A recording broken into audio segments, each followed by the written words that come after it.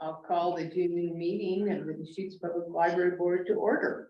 Welcome, everybody. It's great to see so many faces in the crowd and online as well. Did people have a chance to review the minutes?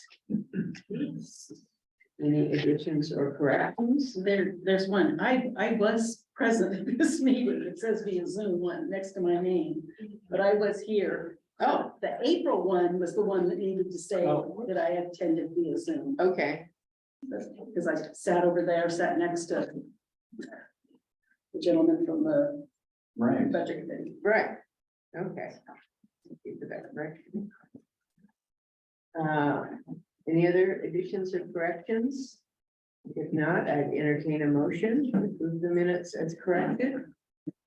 I make a motion to approve the minutes as corrected. Second. Okay.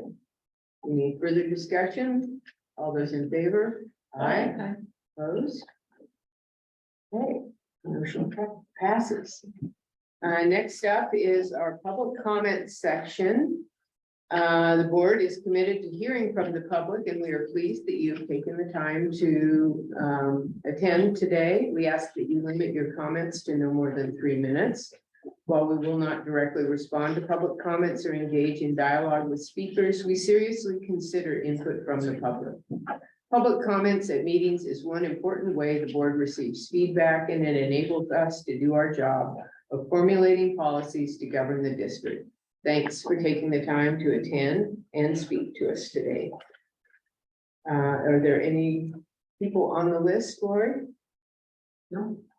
Anyone present who would like to make a comment? Or anyone online who would like to make a comment?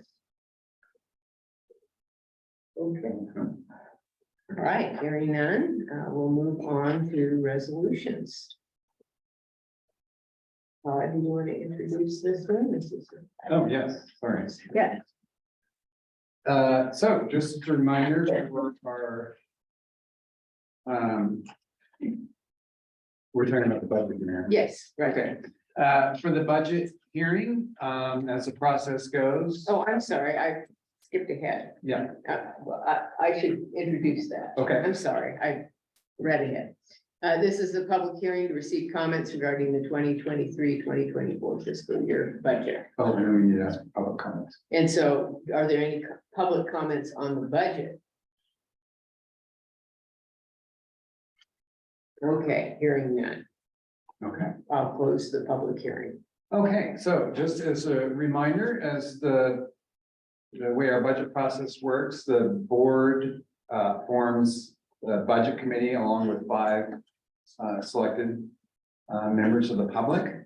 And so that was approved at the last meeting, and then it goes on to the library board for adoption.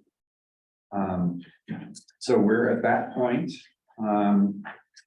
There are some stipulations. If you do want to make changes, there are some limitations based on a percentage. If you want to increase some spending by more than a certain percentage, it would have to go back to the budget committee to approve. The resolution that I have put in front of you, resolution number 18, encapsulates basically what was approved at the last meeting. And this also imposes the tax for both the operating expenses of 55 cents per thousand, as well as the debt service in the bond. And it also categorizes the tax rate. So that would be our goal for today, would be to adopt this resolution to adopt the budget. Any questions on this? Hearing no questions, I'd entertain a motion to adopt the budget. Resolution number 18. And move to adopt resolution 18. Do I hear a second? Okay, any further discussion? Yeah, this is a question on your projections. for 24, 25, 25, 26. What percentage increase in property tax are you taking? Page Are you? So you're not asking about the resolution, page what? 8.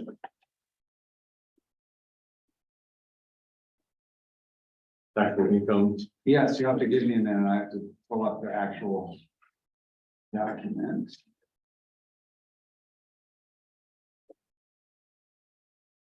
Segment.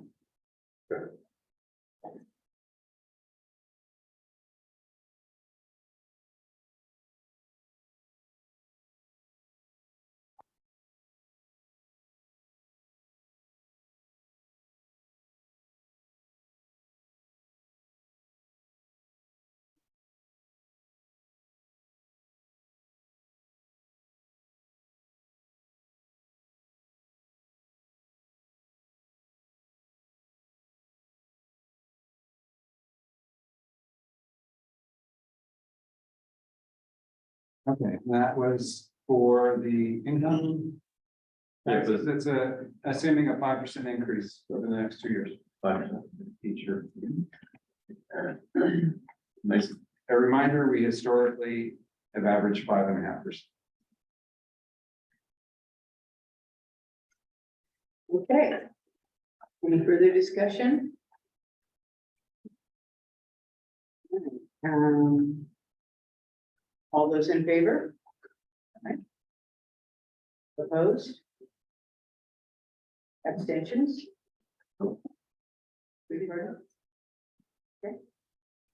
Did you vote? We didn't capture your vote. Oh, yes. Okay, It was a yes, okay, so. all Thanks. right, thank you.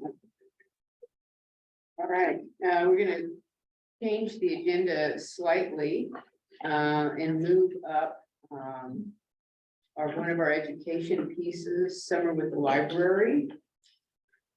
Because there are some conflicting needs. I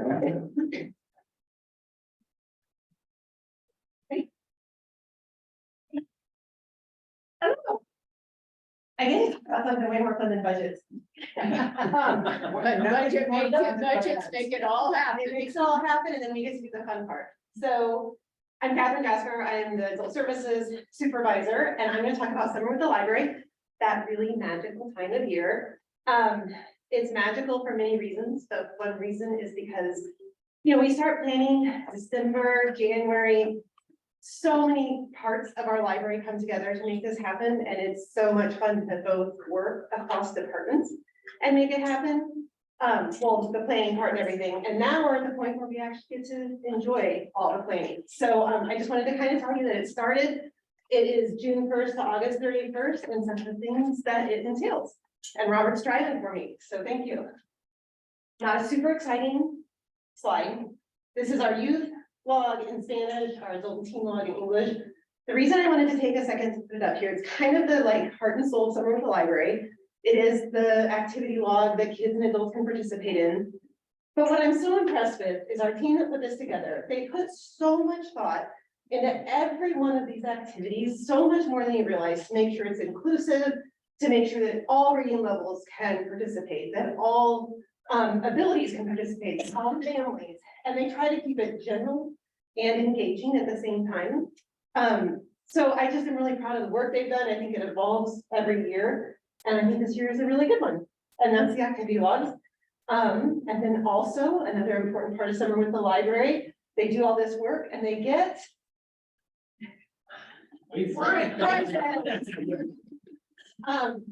and as you all know, prizes, you know, they complete the log, they enter into a raffle, they can do all kinds of things to get prizes.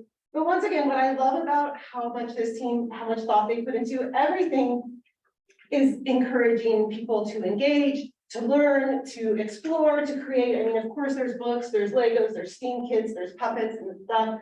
This was a kind of cool thing that I thought they did for the first time this year. It's a bit of a community building, social, emotional, like teamwork kind of thing, where all of our buildings have a mural.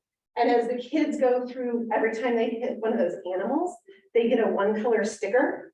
And then they have to go to this blank mural and put it on the sticker. And the hope is that each building, except for mine, by the end of the year, will have completed the mural, and they are all different, so they don't know what they are until they're completed. So it's just kind of a fun way to build a little bit of community and a little bit of cohesion around that. Another important part is programs. You know, all the fun summer stuff that's going on anyway is still going on, but then Summer with the Library just brings in some really fun programs. This was from our kickoff that was at Alpenglow, and we had some dancers. They brought dances from the Hawaiian Islands and from Tahiti. It was a great performance, and then this was the audience participation part at the end. But we have some music in public places coming up, some balloon artists, and then just stuff all over the community, which is exciting. And again, this year, we will continue to do our outreach. So a lot of this fun stuff is happening in our buildings, and we're super excited about that. We also regularly, we kind of pack up everything, the entire experience, and we take it on the road. We have 10 different locations this year that we are going to. 4 of them are in public parks. As much as possible, we try to pick public parks that are in lower income sections of the county. And then we have 3 mobile home communities, 3 apartment complexes that we're going to, and we've all tried to identify locations that might not have as much access to the library. So this is, you know, all the books are there, the families are there, picking out their books, they get their prizes, there's a great craft.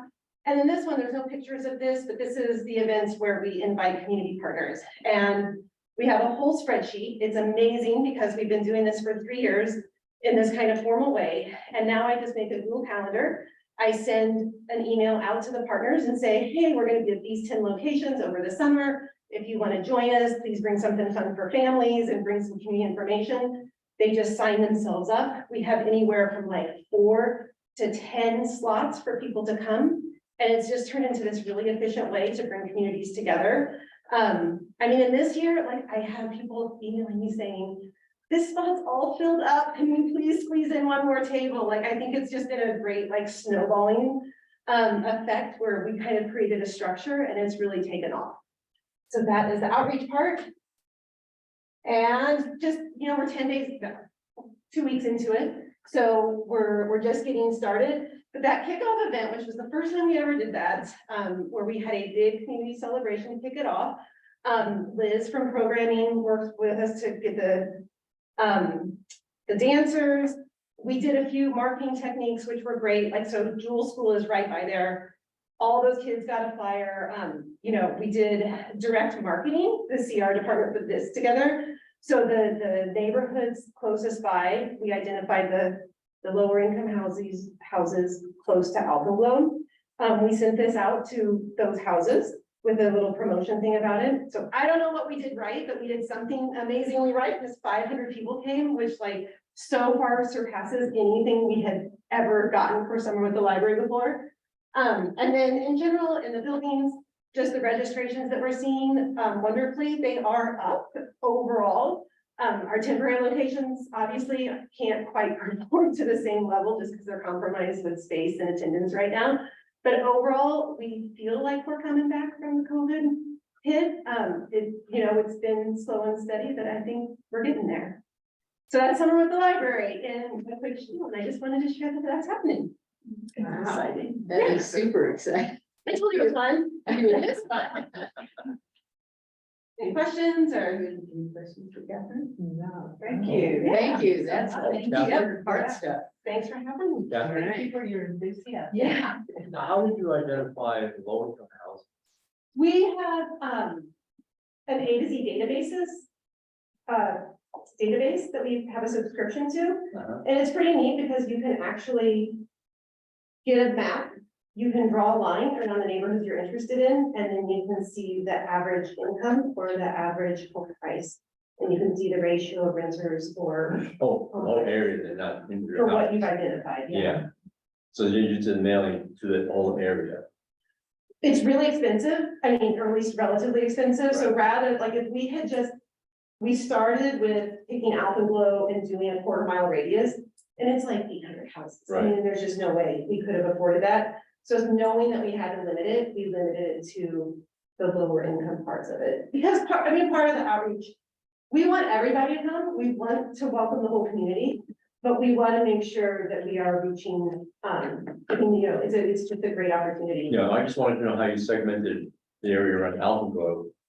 Yeah, Income level, it's an amazing database, yeah. but it doesn't identify individual houses, does it? No. It just goes geographic, whatever the pixel picks up, Yeah. those are that. Oh, cool. Thank you. Okay.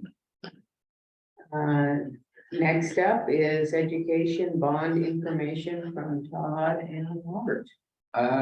So I threw this in as, we had a couple of bond related questions of the last couple of meetings, and we thought a couple of them we needed to do a little research on. At the same time, I don't have a lot to add other than I sent an email to you all with information from our bond counsel. Because we had questions coming up in the last couple of months around our ability to do certain things related to the bond. And so that's why, when we first started working with the bond council, a lot of what we were going to be doing was off in the future and future planning. Now that we're in the middle of our project, she was able to give more concrete answers. So that's why I shared that with you. So Robert, I'm gonna let you start with some of the questions that came up that we did some that you did some research on. Yeah, is it okay? Can everyone hear me fine if I just stay here? Yep. All right. So one of the items that came up during last board meeting was a concern raised that a person or entity who invests in the district bond issue could there was a concern that they could come to the district and demand immediate repayment prior to the maturity date of the bond issue. So I came out of that meeting with some general understanding on my own that I went to our bond investors at Piper Sandler and reconfirmed that understanding was correct, and I wanted to report back to the board about that. The way that bond issues work is that as long as the district remains in keeping with its bond servicing, its debt servicing, there's no way for an investor to demand early payment. So the bond gets serviced on an annual basis. The principal gets paid every June. So we service the interest payments every 6 months, and then the principal every year.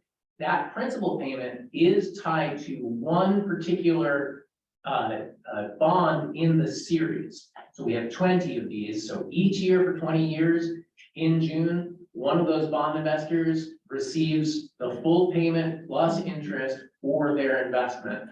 And it is per the terms of that bond. It's a legal document that governs that. So we continue to service the debt. We are under the terms of the bond measure, assessing that additional tax for the property assessment that goes toward the bond debt servicing. So at this point, I'm happy to report back to the board that I do not see any risk of that eventuality coming to pass. Do you have any questions for me about that? All right, great. Okay, thank you. Okay. Any other questions or? Okay. Very much. Okay, now, next we're on to Stevens Ranch Design. So we're excited to Yeah. welcome Miller Hall Architects Yes. in person. So just to give you a sense, we are now at 100% design development phase. And so that's why we're coming back to you with some update on the designs from what you approved, I believe, last February.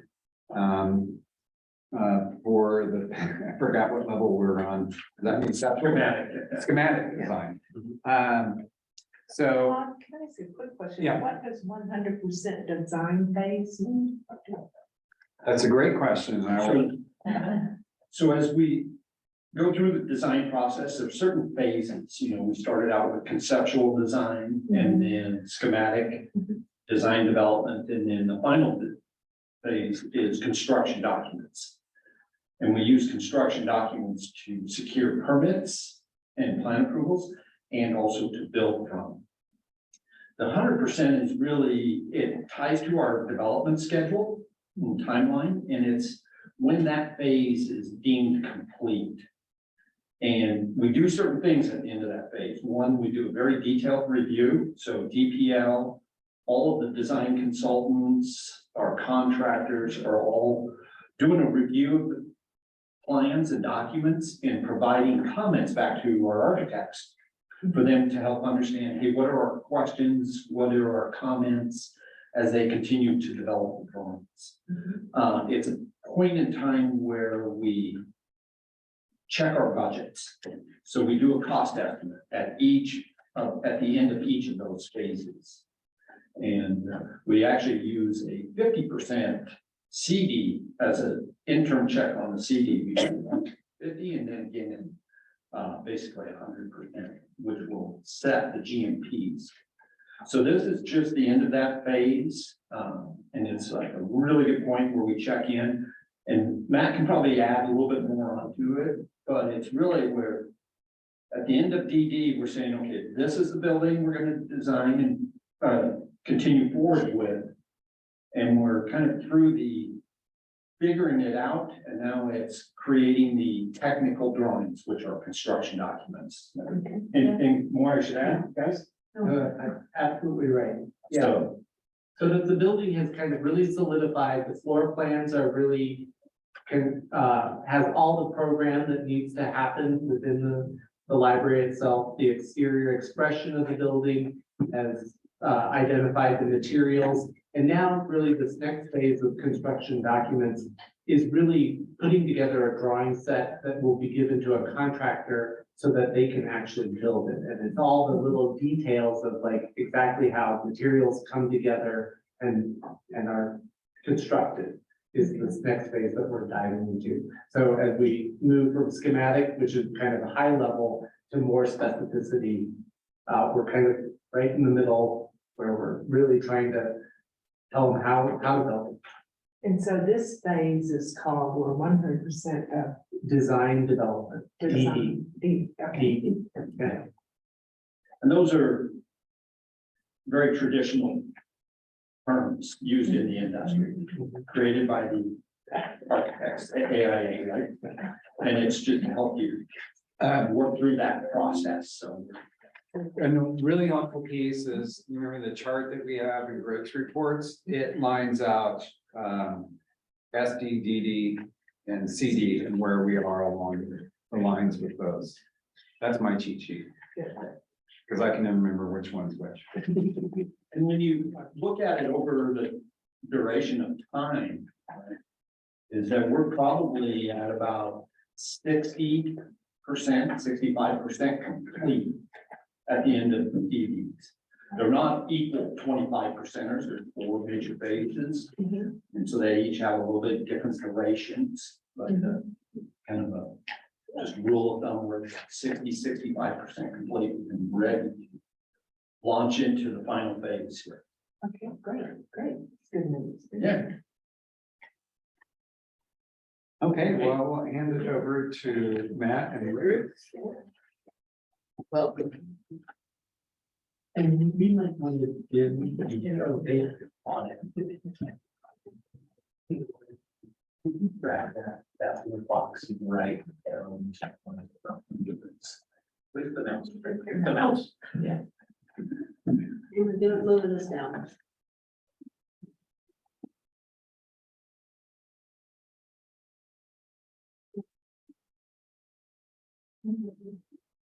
Well, I'll be, fairly concise, but want to definitely tell you about the highlights of. And don't trip my sports. I know, desert, right? Let me go. I think we've all met before with Vallejo with Miller Hall. I'm kind of the representing a whole team of really talented experts that are putting this building together for you. So just know there's a whole army of really, diverse professionals behind this. The site plan really hasn't changed since you last saw it. What has been done is just developed kind of the technical pieces of it for the land use submittal. And so that's work between ourselves, our civil engineers, our landscape architects. So, you know, the areas you saw kind of around the building, the drive up, kind of the facilities area, the spill out areas near the building, the two entries, all of that is still in place from what you saw last time. And if we go to the next slide, kind of zoom in on that southern portion, where people kind of approach, whether they come by car, by bus, by bike, by other, you know, ride service. You'll get dropped off kind of along here. This is that main entry, covered bike parking here. This is that drive up, book return and book service window. We also have more bike parking here and here. We have two entries, A and B. And then you're seeing, you know, we worked quite extensively to not only provide shade canopies for people when they do sit outside and want to be comfortable, but also wanting to make sure that any benching, landscaping, lighting all promotes kind of safety and comfort in around the site. So good visibility, good legibility, you know, during the day or in the evening.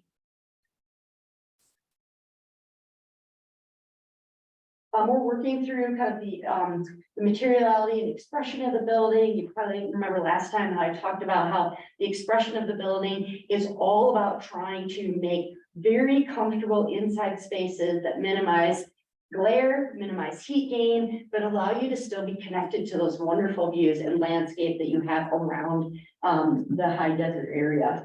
This is showing kind of that front door. And welcome plaza with the covered bike parking kind of in the background. You're seeing some of the shade structures off to the side. All the landscape plantings are drought tolerant of the high desert and native for kind of long-term success of the landscape and low maintenance and irrigation.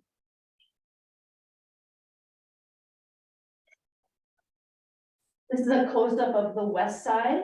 So you can really see how the kind of shingled or faceted expression on that west side is giving you these amazing connection to daylight, sitting in those windows, exploring a book. Views outward are going to be really amazing. But at the same time, we're doing that in a way that saves energy on heating and cooling, keeps it comfortable, so glare and heat gain are kind of coming at you. Saves on mechanical costs because we aren't needing to overheat or overcool the building. And these pieces you're seeing here actually have perforated shade elements on them. So it's really kind of all integrated into a technically sound solution. The materials that were submitted as part of the land use submittal, you know, using the Montana moss stacked stone, you see that on projects around the region quite a bit. It has that kind of, you know, desert kind of tan mottled color. So that'll feel really nice all around kind of the lower portion of the building when people come up to it. You'll have that texture. We'll have some perforated metal like I talked about that creates those shading screens. Also won't require any kind of maintenance or upkeep in terms of refinishing over the life of the building. You know, when you put in wood or other materials that need to be restained, repainted, that's an ongoing maintenance burden for an entity like yourselves. You want to make sure that's not something we're tasking you with. And then we have high performance glazing that has solar components to it that give us even more protection from the glare and the heat gain. We do have some steel structure, and I know you're going to see it in a minute here. We also have a lot of the wood structure on the inside of the building, the mass timber that really creates that warm feeling that I think a lot of people in the community have asked for. We'll talk a little bit about all three floors here. First, we'll talk a little bit about level 1. And, you know, we as architects try to find, you know, conceptual imagery, inspiration imagery that helps us bring the building together with all the needs that the community has asked for. This is a view coming right in from that main entry on the east. You immediately get to see hot and new books. You know, there's several thousand of them that Emily and the collection team want to be right here when you come in. So you're immediately connected to all the collection. We have our 2 book returns here where you can put the books in. They go right into the automated materials handling. You can see that happening. And then you can also see up and into the building, you know, whether it's adults, teens, children, you kind of immediately get to see where you can go in the building, whether you take this stair with the wood railing, or you're using our elevators here that are also highly visible. You can also see there's a lot of great daylight that's coming into that lobby area with a skylight also here at the top. This is a floor plan of that same area we just showed you in the rendering. So the community rooms here, kind of the support spaces for the community rooms, restrooms, cafe, the 2 entry vestibules, that hot and new display shelving that we just saw, the stair holds and the library of things, the self-checks and the book returns and elevators, which is kind of a little roadmap there. Here's just a couple more views of that, that lobby area with the hot and new casework that we've been working on. Self-checks are just over there to the left. You can see into the community rooms. Oh yeah, the monitors. Thanks, Matt. That was your little subtle reminder. Using integrating both physical display and digital display, so that it's really changeable and malleable for the library system advertising programs, what's going on today in the building, what's coming up. You know, where can I find certain things if I'm new to the building? So those monitors, there'll be at least 3 or 4 there in the lobby. Community rooms.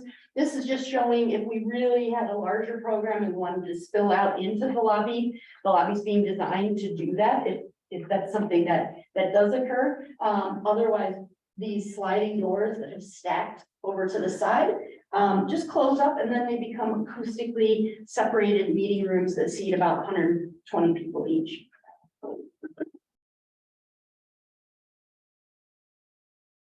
Next one is a floor plan that might take a little while. Okay.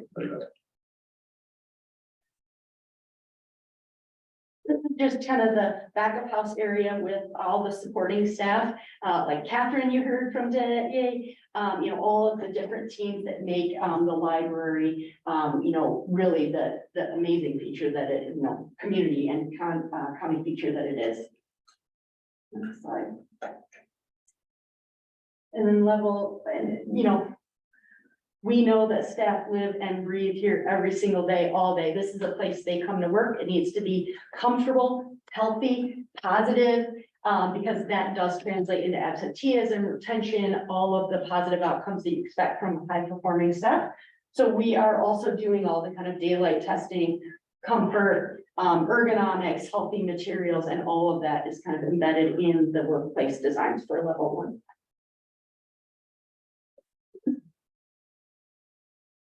On to level 2. We're all children at heart, I hope, as we go through experience in the library, but level 2 especially is for kind of 0 through teens. And so the library, I think we talked about this last time, but it's basically organized in an age progression. So that not only in age and age appropriate behaviors, how those develop over time, but also the skill building that is also occurring, and children develop at different, you know, rates. So starting with early learning, 0 to 5, caregivers and children are building the skills necessary to prepare to be ready to read. And then that works its way into picture books, story time stations. And by the time you start getting here, you're into bridging fiction and the earliest juvenile fiction books. So that's where I might be picking out a book on my own. I might be starting to read chapter books. It's that bridge to, I'm kind of reading on my own now. And so that works its way through story time, and children's programming is here. And then we're expanding that juvenile fiction and nonfiction collection up until we have the teen area here. And teens, you know, they need a spot that is uniquely them. It has their identity. They come in groups.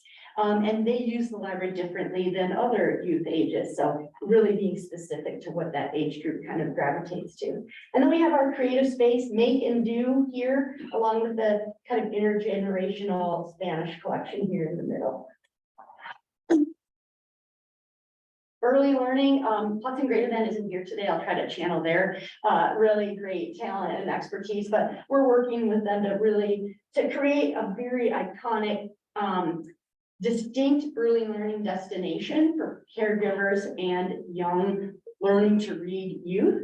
And that includes, some components of physical activity, learning through play and motor skills, but also installations that prompt young library users and their caregivers to work on those skills together. Sound recognition, symbol recognition, color recognition, learning the skills and the curiosity so that when you start to be ready to read, you've built that foundation. You're going to see their work does show up in other places on the floor, but we're still kind of working out kind of the scope and character of that. But this is kind of the main spot you see right when you come off the stair in the elevator for the youngest users. Which is kind of view. So again, inviting some of that surprise and discovery. This image is very early. It doesn't yet include some of the things you've seen at the other sites. So, we looked at the activity carts, the programming carts, the trailheads, some of those pieces, they will all be here too. It's just everything's at a much larger scale because of this being kind of your main spot. So that's coming. Here's kind of another one of the clearings that we were starting to work on where, we're merging seating for parents and caregivers, creating interactive ways to display picture books that a parent and a child can browse in kind of an engaging display way, but it also creates an interesting spot for young children to discover and read. And, these kind of feel like tents that you might kind of hunker down in and read for a little while, but they also act as display. Here's an area at the northwest corner of level 2. This is where you're seeing out. We know this isn't exactly the literal view, but just gives you a sense of like the scale of the windows, the ability to see out to the northwest, that wood structure that's holding up the building and is the ceiling that you're seeing. And the potential here for us to create a really inviting seating area for caregivers and young children. This is another area where we start to explore, I'm old enough to find a book by myself and explore that book by myself. So now it's not necessarily about a young person and their caregiver reading together like you do when children are much younger. I'm going to find a place where I'm going to find a book and sit and read it by myself. So again, really being thoughtful about the age and developmentally appropriate experiences throughout the floor.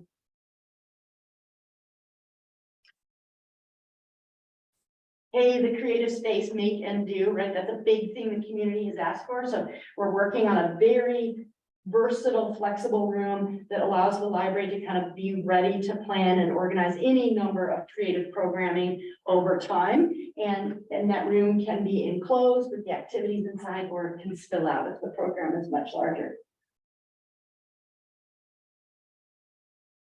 It's kind of just the beginning ideas of the teen area, to create kind of like a little seating pit for them that feels very like their own area.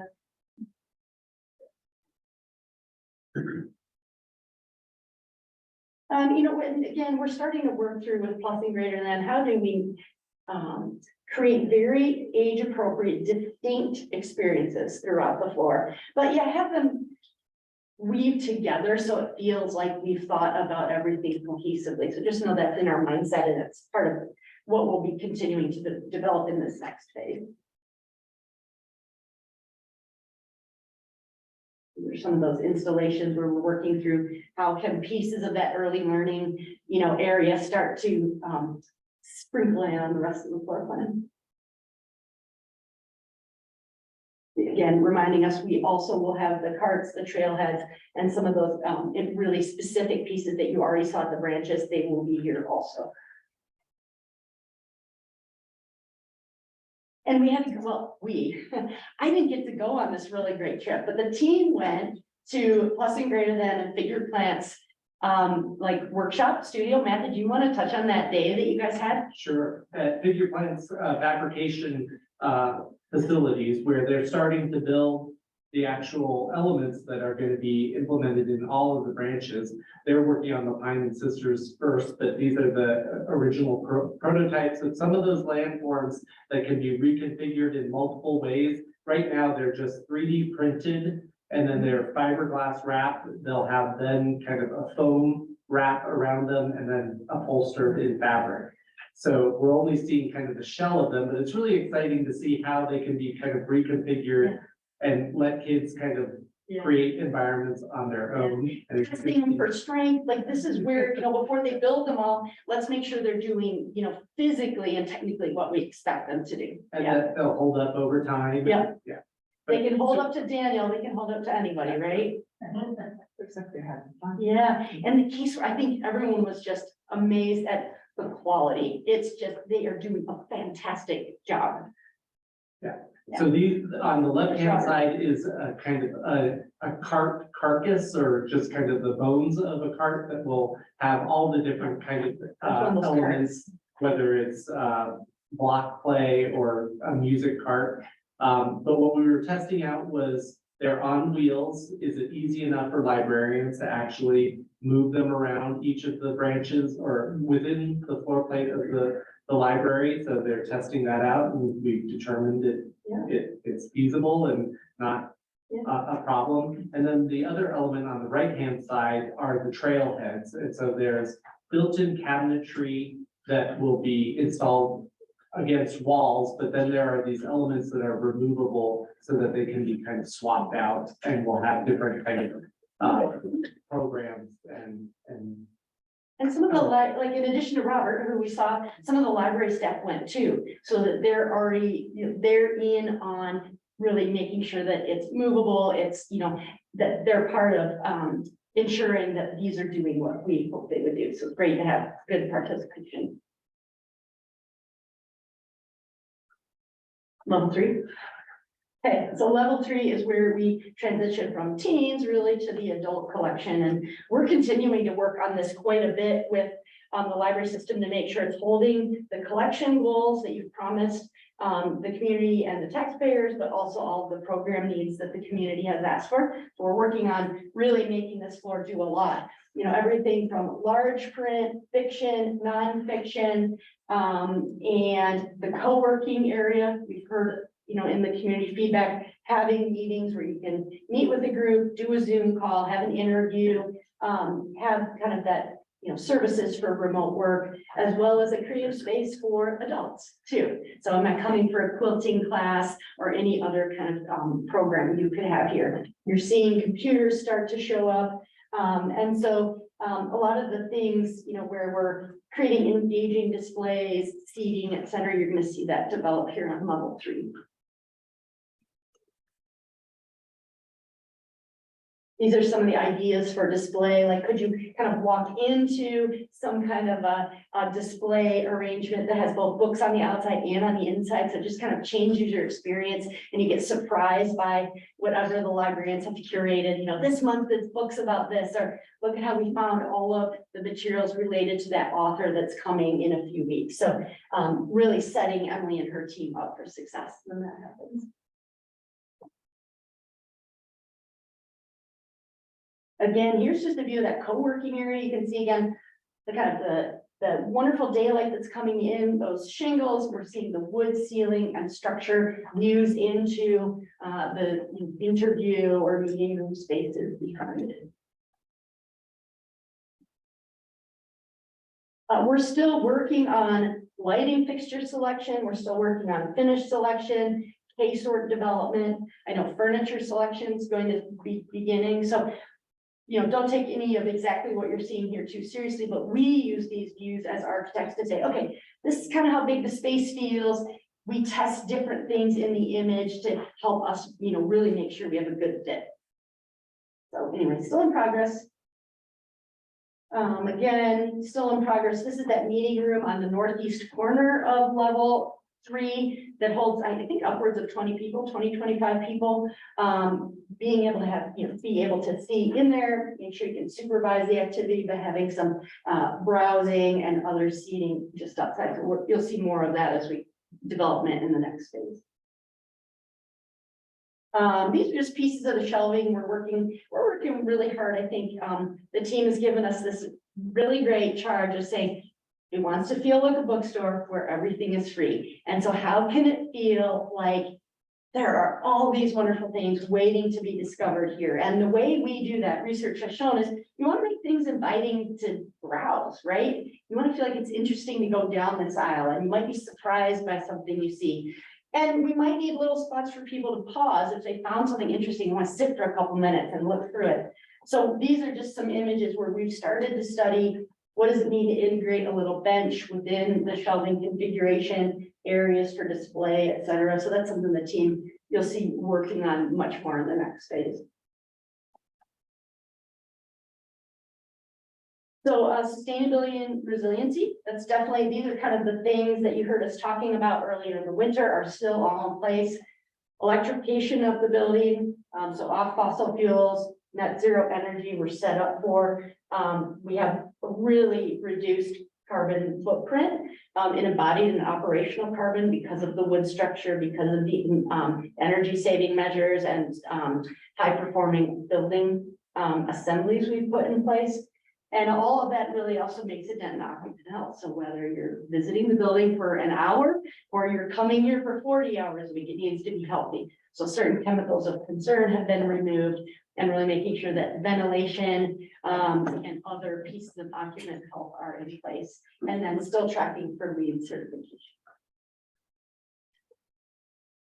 Yeah, and the photovoltaics that will be on the roof, as well as in some areas of the parking structure, that north parking lot will have photovoltaics on top of it. We have determined, based on the kind of energy model and how much we anticipate this building will need to operate, there will likely need to be, to a lesser degree, some PV panels in that east main primary parking area.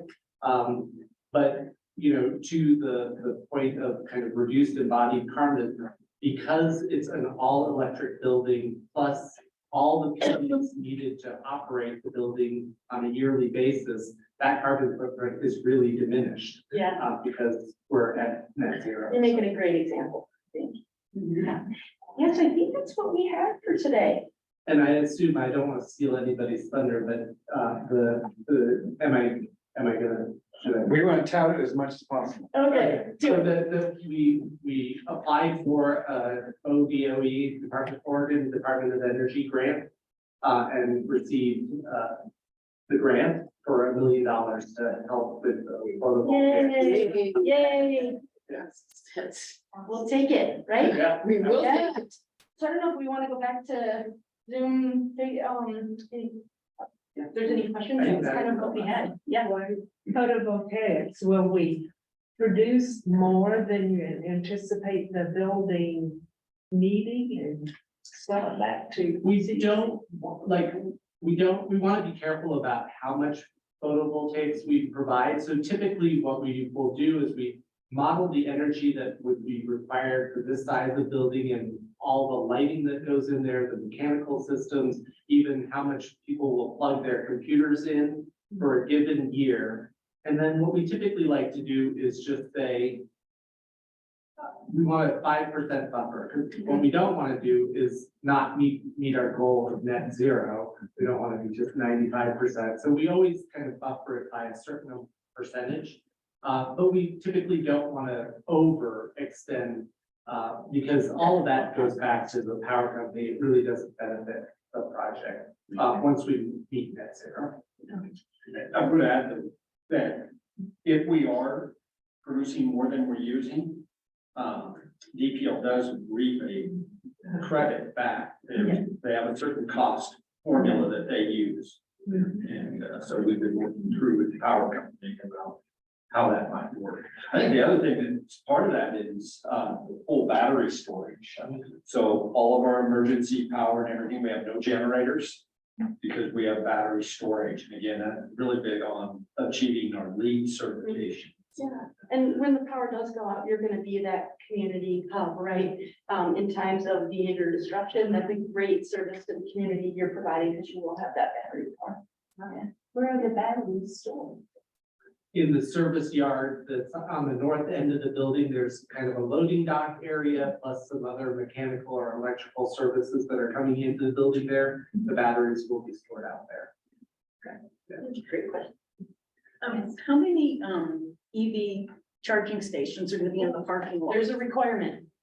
Yeah, so what we're providing are 6 EV parking stations, so that really 2 double or 3 double kind of charging stations will be located in that east parking lot area. Most of these. Great questions. And I'm assuming that it is accessible, you have to kind of have people with disabilities. Oh, yes, that is by far a universal requirement for buildings now, and the requirements have really come so far in the 30-some years since the Americans for Disabilities Act was passed in the early 90s. Now, you know, it used to be just like, hey, we got a ramp and an elevator, we're good. That is absolutely not the baseline anymore for suitable expectations in public space. It's really thinking about auditory needs, sighted needs, in addition to physical ability. And so I think, you know, you're gonna see a lot of things in the building that make it welcoming for all. Yeah, yeah. The question regarding the EV, I know there, we have the 3, which will service 6. Do we have the capability of adding more stations in the years that come? Because I know EV. Yeah, it's it's happening. Yeah. Yeah. Great question. Yeah, that is a great question. I think we just recently changed the strategy because it's part of the LEED credit system that we're kind of approaching, and there's different ways of getting the credits that we're trying to apply for. Right now, we're balancing kind of cost with kind of providing the EV charging stations. So right now, we've got the 6, and then we're reserving some spots for kind of high efficiency vehicles. Another way of getting that credit is by doing exactly what you're saying, is putting in the conduit in for future, but it does take quite a number of spots for that to reach the credit that we're looking at. And when we were looking at the budget, we were at SD a little bit over budget. This is before we learned about the grant. We decided to kind of elect the option that just was the least cost with getting the credit. We can go back and revisit if we deem that we want to kind of future-proof more stations. Yeah. Yeah, it's Yeah, I definitely think that's- happening, right?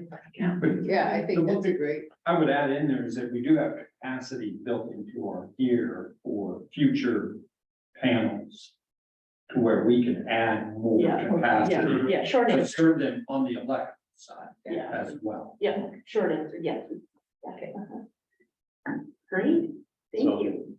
On the EV though, we're hearing more and more that like GM, or going over to the Tesla style connectors.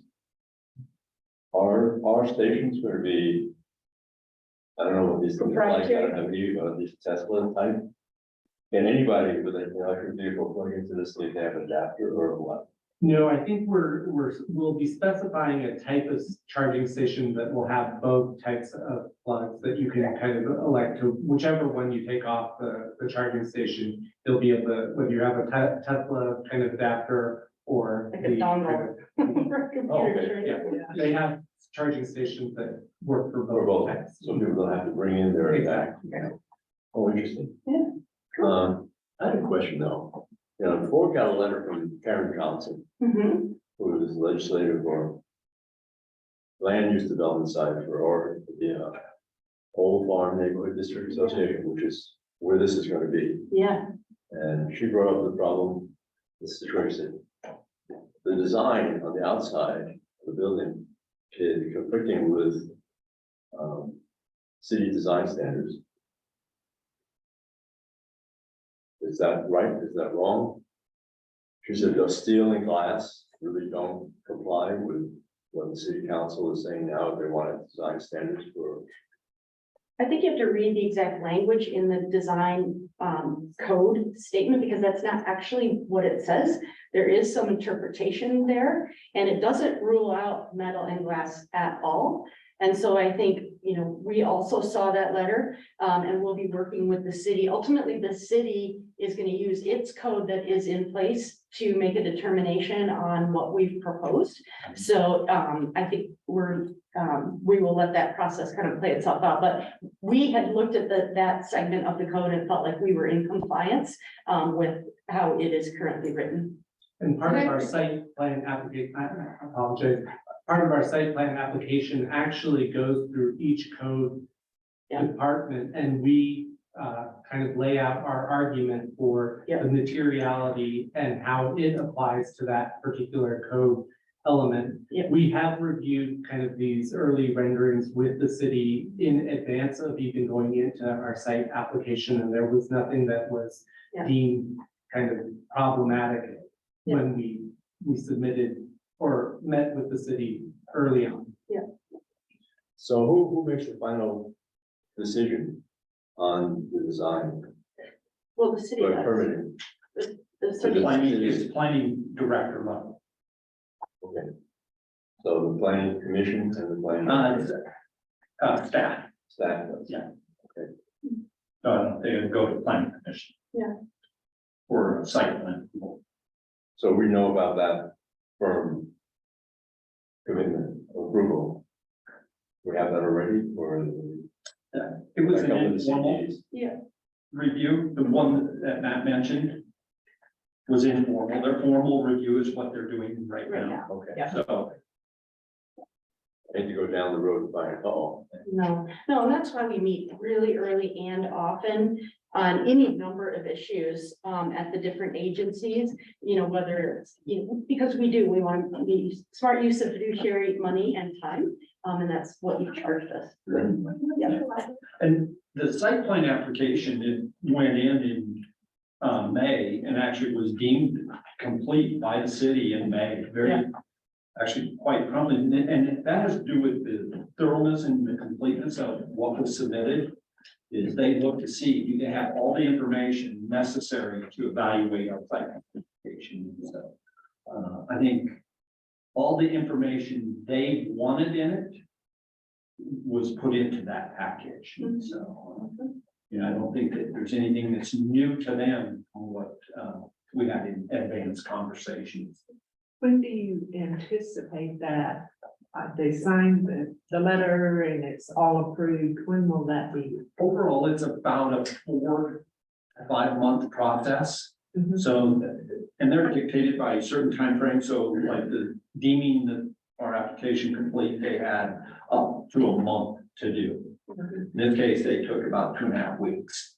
Oh, With it actually, which is really nice because they've been awfully busy, which is always a challenge. Their next review period, I would think that we'll know more in like 6 to 8 weeks. When they've actually gone through the detailed review, asked any questions that they want clarified, and then they will submit back their response of either it's approved or questions. 90% of the time, probably even more than that, they have questions. No matter how big or how small your application is. We anticipate that that's gonna happen in there. so you're thinking maybe 2 months, 3 months? We get the first round. And that's the first round, that's not that they signed off and. it's- Yeah, they almost always, I've never had one that they approved first time out but they can. We They had found that, it perfect, yeah. But I don't know, Yeah, your guys' we- experience, usually there's a. We've had it sequence. happen with building permits, if Greg showed you, and like, there's a number of permits that we go through to have a building. But with building permits in a number of jurisdictions, we've had it come back with no comments before. But this is the site plan review, and that involves, fire review, civil, stormwater, drain, like there, it's any number of things they're looking at. Yeah, And for the Redmond project, it's a different municipality, but we did submit a similar site plan application, and it came back with approval with conditions. So while Greg was saying, sometimes they come back and say, please clarify this, or please change this. In that particular instance, they deemed it acceptable as long as we made the changes that they requested. Yeah. And so there wasn't that initial round. Sometimes you have to get the comments, update the drawings and resubmit. That didn't happen on that. It simply was approved, but knowing that we had to make some changes. When the building permit goes in at a later date. Yeah. They just wanted to see those changes. Great questions. So what's the total height of the structure? We're under the building height limit, so there's a building height limit of 55 feet. There are certain things that can occur above that. Elevator overruns, mechanical equipment, mechanical screening. And so we're within compliance with what the city allows for that. And I just don't know where we are for the pieces that are allowed to go over the height limit, but we are within, that's one of the things they look for in the submittal is the height limit compliance. So And you're so- less than 55 feet. We're less than 55 feet with the structure of the building, but there are certain things that are allowed to be above that. Right. And there's a very short list. And so we do have elevator overruns, mechanical equipment and mechanical screening that are above that height And the parapet. and the parapet, yeah. So things that are required for building operation and safety. Because I noticed it undulates up. Yeah. The highest point there on the right. Yeah, the highest point is below what we 55. just described. And that's because the ground goes up. A little bit, but it's also because of what the space is doing inside. So the lowest point is kind of here at the arrivals area where we have a tall space, but it's kind of multi-story, the meeting rooms. So what we've essentially done, Ray, is right size the height of the roof depending on what's under it. Does it have 3 stories of people under it? Does it have 1 or a meeting room height? And then we're using the parapet to conceal some of those unsightly equipment things that need to be on the roof. We've all seen that stuff that lands up there. So part of what that parapet screening is doing is hiding that from view. So in the meeting room area, the initial lobby area, does that vault all the way to the 3rd floor? How many No. floors up is Joe? No, so you're kind of here at 3 stories here, on the north side of the lobby, then you have kind of that lobby area, which is lower than 3 stories, but you can still see up. And then it kind of goes a little bit level and a little bit up for the meeting room. We have some mechanical equipment on a mezzanine that is above, like kind of above the bathrooms, so we're sizing the roof to accommodate that. And then the meeting room structure, the beams that span that room are of a certain sizable depth, so you don't have columns kind of in the way. And so we have kind of gotten that tightened up just about as tight as we can get for the structure and the mechanical equipment that's behind it. So in the lobby area? Yep. When somebody comes in and looks, are they looking up 1 story, 2 story? You remember that rendering we had at the beginning where you kind of see the stair? So you can see all 3 stories. And then when you look back to the community rooms, you kind of just seeing a 1 story that's kind of a tall story for those meeting areas. So yeah, in this lobby, you can see up to 3, but this is the low point of the ceiling kind of starts to happen, right around here, so, It's a little hard to yeah, show, but that ceiling is actually sloping pretty distinct. as it comes off of that wall. Mhm, yeah, all the way down to the yeah, floor. this is the highest point and then it kind of goes down. So Yeah, it's I've like- always been a little bit confused by the rendering. Because you look there and it said, it looks like on the right side, we have adults and all that stuff. It's actually 3 stories high. It is, yeah, And then to the left there, it's actually 2 stories high. exactly, So it's a 2 story and then up to 3 story yeah. for the entire lobby area, vaulted like that. Yeah, so there's, what the parapet is obscuring is there is a slope, like it has kind of 4 ski slopes, it's like down and up and down to help accommodate the equipment and other things that we have going. Mhm. And I was a little concerned, the story time area is way to the far end of where the staircase comes up. Yeah, So parents are gonna be taking their kids all the way through all of that. Is there a reason to position Yeah. it way at the far end? Is it Yeah. trying to expose everybody to everything there or what? no, that's a great question, and this was actually up for some deliberation, so. For really, really, really big story times, which happen occasionally, they will happen down in those community rooms, which are quite a bit larger.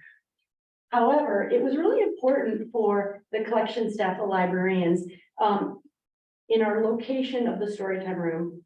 The goal is that when caregivers and children come out of story time, they're kind of right in the mix of the book. So oh, wasn't that a great program? Let's go find some books and take home.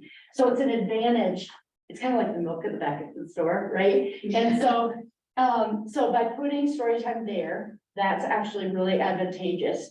The other thing is by putting story time too close to the stair, it's often a safety issue. We all know how young kids will run away. And so we also we wanted it to be a little safer and not have it positioned too close here. So there were, safety and kind of program enhancement reasons that made this kind of the smartest choice for that. You don't think that with the teen area being closer to the stairwell, and kids coming through, is that going to be sort of make teens not want to be there? Well, that's also a great question, because teens are a funny bunch, right? We need to supervise them, but they don't want to be supervised. And they also don't want to feel like they're going to like where their little kid brother or sister are. So what you see we've done here, right, to answer exactly that question is, if you take the stair and the elevator, and people with strollers are gonna probably take the elevator, they're gonna come out kind of here. And by locating this really special thing here, it's gonna draw them this way, because they're already coming out that, and you're gonna start that age progression this way. So we're kind of sending the youngest this way, but the teen area, because you can see it from the lobby, and you can see it right from the elevator and the stair, we're actually allowing the teens and the younger folks to immediately take a fork in the road. So we don't think, the way we've set this up is to intentionally avoid what you've just described, because that's pretty important. Yeah. Okay. And one last question, on the trailheads. Yeah. The big cabinets, Yeah. I noticed one of your fellows was pulling that out. Yeah. Is that light enough and safe enough that if a young kid goes in and starts pulling out, it's not gonna fall on him? Yes, that was part of what people were testing for. You know, Robert was there. The trailhead is actually only the little piece that, like, you saw like the innie there that's preparing to receive the trailhead. The trailhead's more like bread box in size. The whole piece of cabinetry is just something that will be fixed in place. And there are these slightly locking mechanisms that they clip in so that a small kid would not be able to. kind of pull. Yeah. Can't just go there and yank this. Yeah, yeah. Okay, so that actually the piece that you were taking out. That was More Robert. red box size? Yeah, that was Robert. And it had little securing buttons, so there's a certain amount of tension you have to put on it to get it to disengage. Uh-huh. And then it slides out, and you have to pull it quite a ways out for it to even slide out, so it's both light enough and also difficult enough that it didn't raise any It concerns was really, for child really made safety. for adults. It's really made for a facilities person or a library operations person to change it out once every 3 months, 6 months to freshen things up Yeah. and put a new item in there. It's not a plaything. It is not. No. Question, why is the stonework on the Oh, outside? I want to say 14 feet, 14 feet, but then Kind of curious. there are places where the ground undulates, and so there's more or less of it depending, but I think 14 is kind of a minimum. Thanks. I just wanted to make a couple of comments. I really like the thought process, and I'm assuming it's the staff as well as the architects, but I really like the flow of the children's section. I just think, you gave a lot of thought to this. I was a reading teacher for Oh, years, so yay. you just really fed exactly what I believe as far as how kids, that's exactly how kids learn how to read, and that's very important to me. Also, I really like the thought that went into the exterior of the building and thinking about how that exterior is going to protect the environment inside, because that's exactly what we're going to be dealing with in the future. So I just really appreciate all the thought that went into those things. Thank you. Thank you. On behalf of the big team that's making it happen, right? Oh, yeah, and I'd echo those thoughts, because I mean, this building is gonna serve our community for generations to come. Generations. And so the thought that you're putting into all those sustainability features and ease of maintenance and durability and just warding off lots of problems that can arise in the future. I mean, it's very thoughtful. And the interior designs, I echo what Cynthia said. They're really well thought out, and I know that the staff has put in hundreds and hundreds of hours with you Yeah. to come up with these designs, and they've asked all those questions that Ray was asking. I mean, that's been part of the process, so Oh, yeah. I've talked to other people at other library systems where they've done additions or new buildings, and the staff involvement has been nothing close to what we've Yeah. done. And they've had problems as a result, because the people that are gonna be using these buildings, working in them, Yeah. haven't had input. So That's right. I applaud you for that. And one of the things that I've really been struck with in seeing this set of schematics is just the great variability of and flexibility of meeting room space. And I know this was a huge thing that people asked for, Huge. and just all the shapes and sizes of the meeting rooms. I mean, I can just, because different groups of people, I mean, we have all different sizes of groups that want to use them. Yeah. And then I was in New Zealand recently and got to see the new, well, it's not so new, but the Christchurch Library, which is incredible. And one of the things that I found so interesting, so they had all these glassed off meeting rooms that were not being used for meetings at that point in time, but people were using them for Yes. quiet workspaces. And so it's like, they find their way to use the building and make it theirs and Yeah. make those spaces there. And this just offers so many opportunities for that. Yeah, I just think I think it's really well thought out. So I applaud you for that. thank you. Well, thanks to the staff. I know they're working almost around the clock these days, like 2 full-time jobs. So thanks to them. There's a couple things that I wanted to add, on the lead certification, we chose to go with certification level, and we said we want to be a silver. These guys have got us a high goal level Wow. right now, and a lot of it we're getting lots of points is in the efficiency of the building design. I think we're getting maybe every point possible in the mechanical, in the energy conservation systems, which is all of this stuff, you look at the undulating and the materials that they're using and how they're dealing with sunlight and the heat gain and that is paying off huge dividends.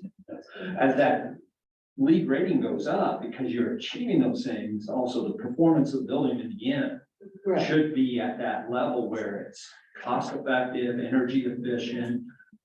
And I just thought that was really good. I was looking at our report for the 100% DD plans, and they give us a report on all of the lead status and where we're at, how close we are to platinum. And I think it's a great indicator of where we're going with the design. And those meeting rooms with all of them they're also fully loaded with technology. What's going to be needed in the future, and how they have smart boards and every different things that people can use there. And so I think there's great multiple types of meeting rooms with a lot of services in them and creative spaces at all times. Yeah, it's really exciting. Yeah, it really is to see that kind of stuff filtering in, and it doesn't always make it into the presentations, but there's a lot of really good systems, building systems being designed. We don't talk about it, but these floors are on an access floor. And I don't know if you guys want to tell them what the access floor is and what the benefit is of it, because I think that's a big important component of these buildings, and we did the same at Redmond. Yeah, having worked on libraries, 20 some years, there's certain constants that we see that make buildings stand the test of time really gracefully, because that's the job, right? This building needs to do that for decades, 50 to 100 years. So there's a couple things that are just best practices. Number one, big, simple floor plan, very few obstructions. So you're seeing us get as all the columns are absolutely to the outside. They're not in our way.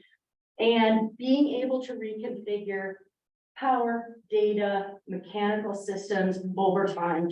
This building needs to be able to do whatever you ask it to do over the life of the building. And so you're seeing we've done that. The shape of the building, long, simple geometry, columns as far apart as we can get them. And then the access floor basically is a a chunk of space below here that you don't see, but is there to run sprinkler pipes, power, data, mechanical ductwork, and all the services. So, you know, right now, this is an open seating area, but if someday we said, "Oh, we actually need all these interactive monitors and Zoom booths or like things we don't even know yet," they pop up floor tiles, they bring power and data to that location, and you're not seeing kind of, you know, conduit glued to a wall or holes patched. And it's a system that really sets you up to do whatever you ask this building to do after all of us are gone, and there's other people here. And that's throughout the building. So it's, yeah, and it also delivers, the other thing is it delivers heating and cooling in a much more environmentally sound way, much more energy efficient way, because you're delivering air right where people are. And then as we all breathe it in and it gets our germs and carbon dioxide, it floats to the top and it's exhausted. In this room, heating and cooling is delivered from the top. And we have to spend a lot of energy to blow it to get down to where we are. And we have to overheat it or overcool it. So by the time it reaches us, it's the temperature it wants to be. And then all the germs are still hanging out down here. So there's a ton of healthy benefits to also just delivering the heating and cooling through that floor system. So it's doing like 8 things at once for you, that should be really valuable over time.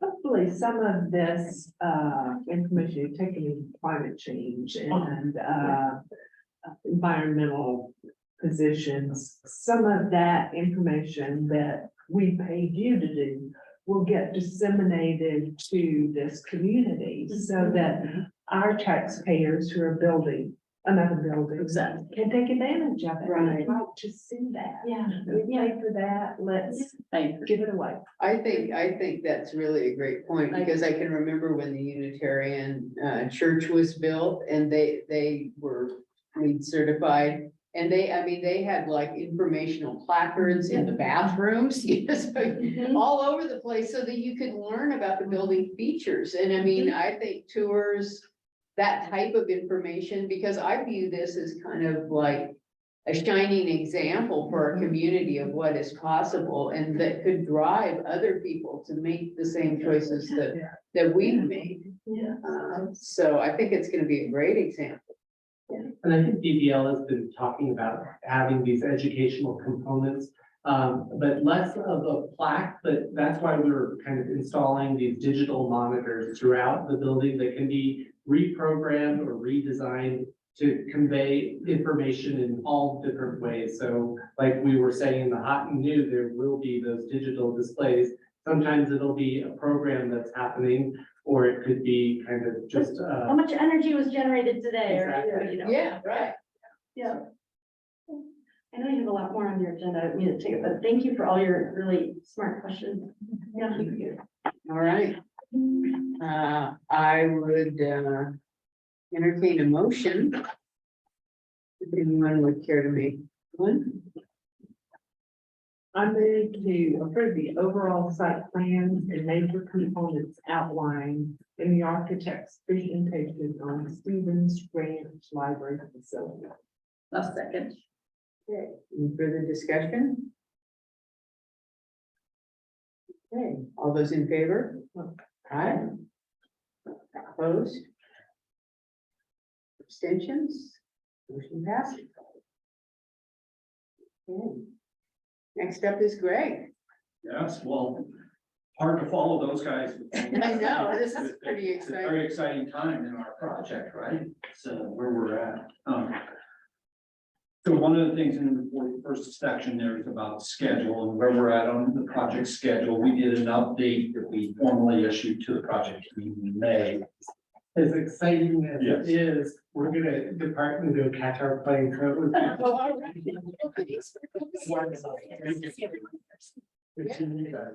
good to see you in person.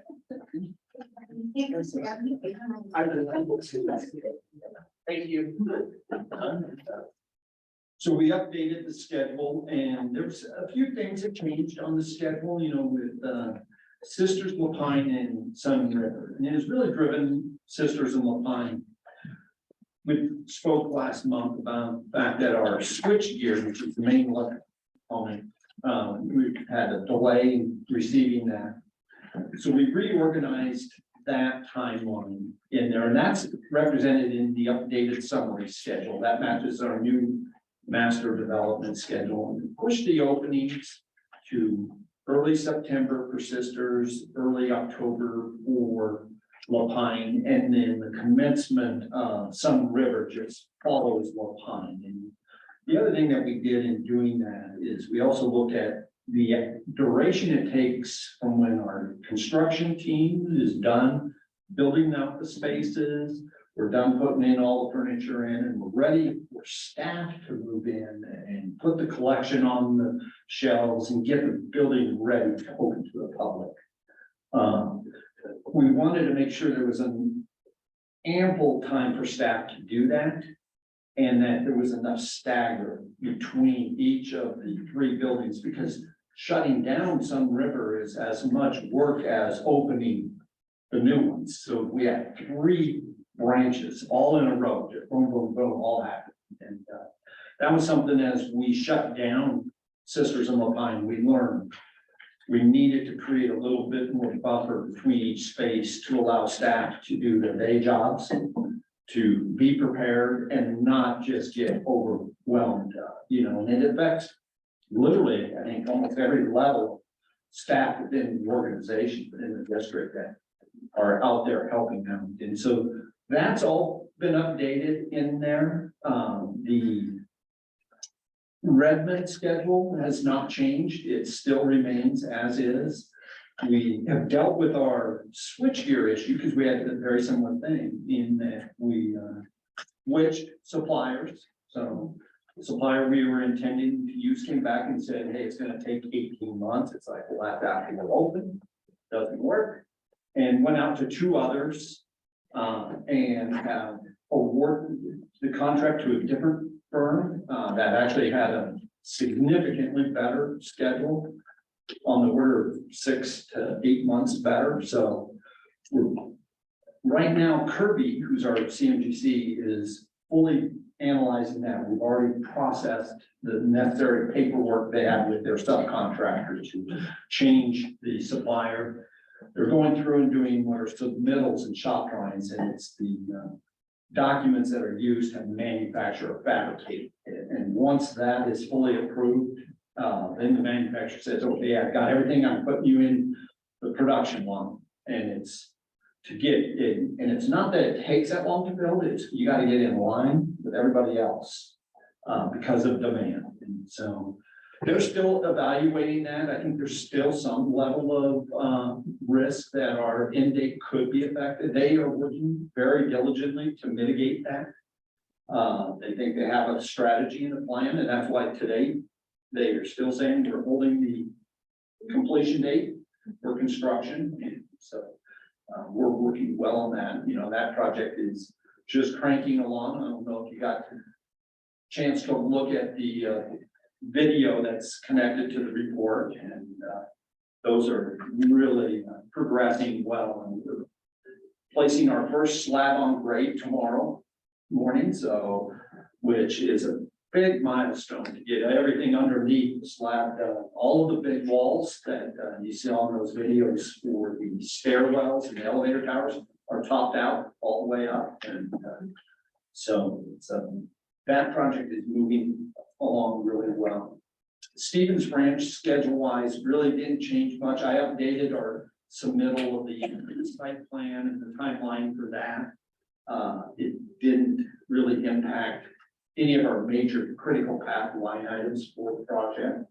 So that's progressing right on, just like the completion of the 100% DD. The date that we had set, it was the date they issued the documents to us. And their phases, as we talked about, but it's also how I really major gauging how are they doing? How is our design team executing the work? Are they on time? Are they complete? Are they thorough with it? And so it's a point where we look into not just see what does the building look like, but okay, are they executing their contracts accordingly? And it's where we also get to check in on their performance level. So, and it's when you start slipping and missing dates, and you know you got a problem. So that's like we'd like to have as many increments as we can because it lets us check in. So, and no changes, of course, to downtown Bend. One of the things, and I think you guys all know what happened at Lapine at the temporary location and that. So when that happened, we spoke together, DPL and myself, about, hey, is there a strategy to change up our schedule and move Lapine completion and opening of Lapine up first instead of second? And do Sisters second, because Sisters have a temporary location. So we worked through the schedule, we worked through, okay, where are we at with the contractor, with our FF&E, with our early learning, all of those components that go in, and have come up with a strategy and a schedule that lets us do this. We wanted to share it with you guys, see what questions you might have before we actually implement it. Make it public knowledge that we're going to do this. Overall, it will move all of them out 1 week. And it's just because of how we were set up to finish Lapine in October. Now we're moving it up. But I think what it achieves is we'll get Lapine opened in early September, probably in the second week or so of September, and I'll publish this and issue it out to you guys in next month's report. And then Sisters will open in early October. And then we will shut down and set up the temporary trailer facility for Sunriver right after that. And we were able to do it all with just a 1 week shift in there. And in looking at it, I told Todd and the team that I recommend doing this. I think it's very doable, and we have a natural break that occurs at the end of August that it doesn't mean we have to really change a lot of our contractors and vendors. It changes how DPL and staff and certain vendors that do work in September and October will impact. It'll change how SunWest does the timing on starting Sunriver a little bit.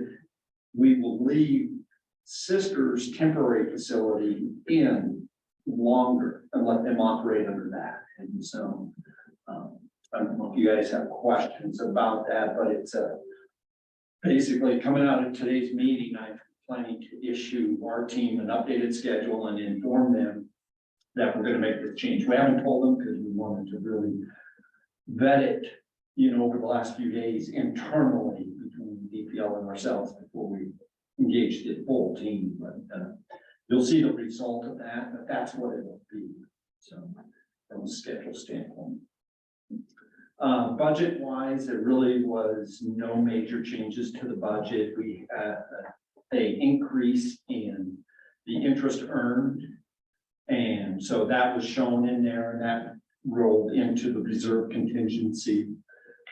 One of the things that we've been talking about, Robert and I have talked about, and I can keep working with the bond council, is to really evaluate where do we sit with the bond and the dollars and the interest earned, and what do we need to basically pay taxes on that interest earned that's go back. And so there's a study or an evaluation going on by bond council, and we should have that fully determined this coming update here.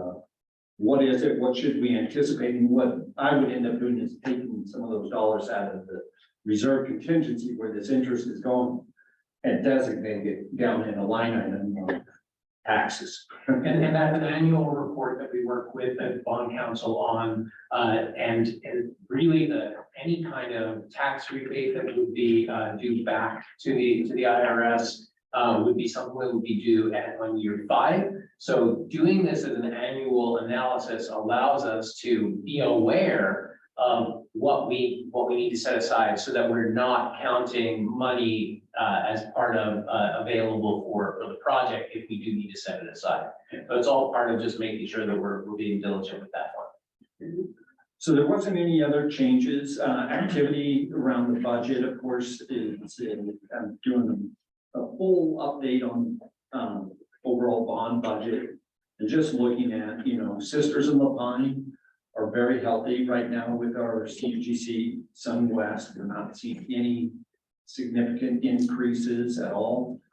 They've been able to deal pretty much with almost all of the issues we've had to date within their GMP, even these changes and delays from the switchgear issue, our Sunriver, which we'll go through that today. They got the GMP assembled, working through and finalizing that, and we're ready to request your authorization for Todd's authorization to sign that, and that's coming in on budget. We've already awarded all of the shelving and the furniture and all the early learning components for Sisters in La Pine. And so those budgets are still sound. We've updated and checked those because Sisters in La Pine being first out also is where we say, okay, we decided that, but now we've got a little better way or a little thing that we want to adjust. And to date, those adjustments have really netted to zero impact and a slight credit from our shelving guys, because we found some things we didn't need and other things we did need, but they netted to zero. We've had a really good working relationship with our vendors through the process of adjusting the schedule, but also making these adjustments. I think with the schedule change on Sisters, between Sisters and La Pine, there's going to be one area that we still have to work through and make sure is our artwork, because it was scheduled at 2 different times, and how's that going to go, and do we put it up? Some of the pieces may go up post-opening, ideally that won't happen, but that's, I think the small impacts that we made affect that. I think most of our early learning pieces are coming in, and because of the plan that, like, the carts are mobile, can move from library to library to library, is that what was planned for Sisters can be put in La Pine, and what's planned in the La Pine could be put in Sisters. So it makes this easy for us to switch those. But those budgets are all really pretty sound. We're going through pricing on Sunriver for our furniture and for our shelving systems, as well as our shelving systems for Redmond. I thought we might have it ready to present to you this month. It wasn't ready. I wanted to spend more time really vetting through it, making sure we had everything, taking a little bit more time to relook at what are we buying? Is there any changes that the district wants to make sure? Because the more you design and move forward, the more you learn. And we find little pieces that we want to adjust. And so it's easier to get them sorted out before we release the vendors to go. So you'll see that coming up here in July. Just want a little bit more time to wrap those up and get them all complete. So that piece is going on, and that all helps in our overall evaluation of the budget of where do we sit on it. With the early learning, they're doing budgets for us on Redmond and Stevens Ranch, so we can double check them. And then construction cost wise, this set of drawings, the DD set, that is out right now to Kirby Nagelhout as well as JLB, our cost estimator. And so they're putting together an updated construction cost estimate on that. So we're going completely through that. And then on Stevens Ranch, Miller Hall, as part of their design services, they assemble a FF&E budget for us. And so they've updated based on their design, where are we at on our furniture, all furniture systems, all of our shelving systems. We work with DPL to update our RFID technology budgets, to really look at all the material handling systems, and all of that technology, all of our AV and IT components. There's a number of those systems in those budgets. And so we're going through checking all of those. That analysis will carry over into July. You'll really see it at the end of July. And we'll talk about it in August board meeting. I may have some interim updates next month that you'll see, but nothing significant. Currently not seeing or any big surprises or concerns that is weighing on me saying, okay, we got a budget problem. You know, I think we're still really pretty sound. We're not hitting our contingencies yet or anything. You know, big view, at some point we will burn and use those contingencies. That's why we have them. But to date, we're not seeing any, you know, significant use of those in there. One piece, I added a report in behind the budget report this month. And it's a one-page, and it's a summary. We talked about the, you know, agency permits and fees. And so that's the report that I created. It basically shows you what the authorization level was, because we had asked for authorization of those budgets because we paint little pieces. But each month you'll be able to see the current budget were those fees and permit costs, what that authorization level was, and that was what you guys approved, what the cost is today, and the remaining balance. And so each month I'll include that in there. And that way you can just get a snapshot of where it's at and what the actual spending against the authorization level is today. And so you can see, you know, with Redmond Library, because we're well underway on our fees, we paid out almost all of those. And in one of my last budget adjustments, I actually reduced that budget because I knew I had more money in there previously than we were going to need. So I had to reduce that down and put it back in contingency. So that's where that stands to date on the budget. The procurement, we'll go through the Sunriver GMP, but that's really the major one. You know, we went through and finalized some of the things previously, talked about the shelving and furniture for Sunriver and Redmond. Insurance is generally moving right along. We are going to extend our builder's risk policies on Sisters and La Pine for the additional time due to the time extension on the schedule. It's not a significant cost. It's an incremental one. And for those, it was $1,500 per building to extend it 2 additional months, but just to make sure we have proper coverage while we're still under what's considered construction for those 2 buildings. Otherwise, no other issues there. Design, construction, entitlements, as mentioned earlier, our site plan submittal for an application for Stevens Ranch went in. Very pleasantly surprised to see it be deemed complete on the timeline they had, and they didn't really have any real issues. I think the one thing that we know they're gonna ask is that our lot 2, which is the lot that will sell off, is that because we're not building on it, they're gonna ask us not to grade it at this time and just to leave it. So that in the future, they can determine if any of the trees on that lot could remain versus us just clear cutting it. That's the only thing that I see coming up here in the future, and we'll deal with that. And we talked with Compass, our real estate brokerage for Eagle, and they said it really has no impact on the value of the property because most properties are sold as is like that. So we're okay there. Not much more to add on the design and construction as we've gone through that on Stevens Ranch, unless there's questions on Redmond. The active design pieces is the completion of the furniture design. And that will go on through until we'll probably be bringing that award to you guys later in the fall, like October, more likely, maybe November. There's a certain amount of time you can't order it too early. They don't want the orders too early. So there's a window where we place the orders. The plus and greater than the early learning for Redmond, that will also continue throughout between now and the end of the year to get to completion and then finalize that and then go into fabrication on that at early beginning of the year. So those are kind of their timelines. They're moving along their schedule. Their Redmond construction, like I said, is moving right along, real great progress. I think Kirby Nagelhout is doing a really good job and our subcontractors out there.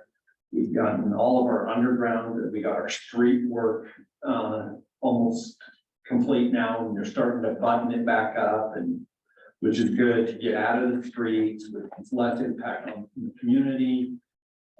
Getting it done now while we have dry weather, so we don't have to be back in there during winter time. And they're just good sound, approaches that they're taking there.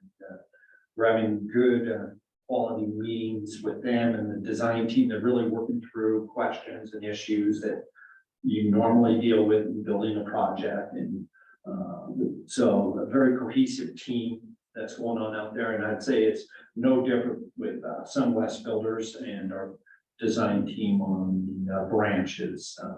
SunWest has been really good with renovations. You run into a lot of surprises and unknowns and unique things. And they're just a really good business partner for the district in how they deal with us. When things come up, we found a little thing on a sidewalk that's like, this needed to be a ramp, and they help get it figured out right away. It's like, all right, tell us what you need. They just jump in and do that kind of thing. And so, it's some of the reasons why they scored well in the evaluation procedures and why I think people liked what we heard from them, and we're seeing them execute both of them on it. So we're real happy with our contractors and our consultants in their execution of the work so far.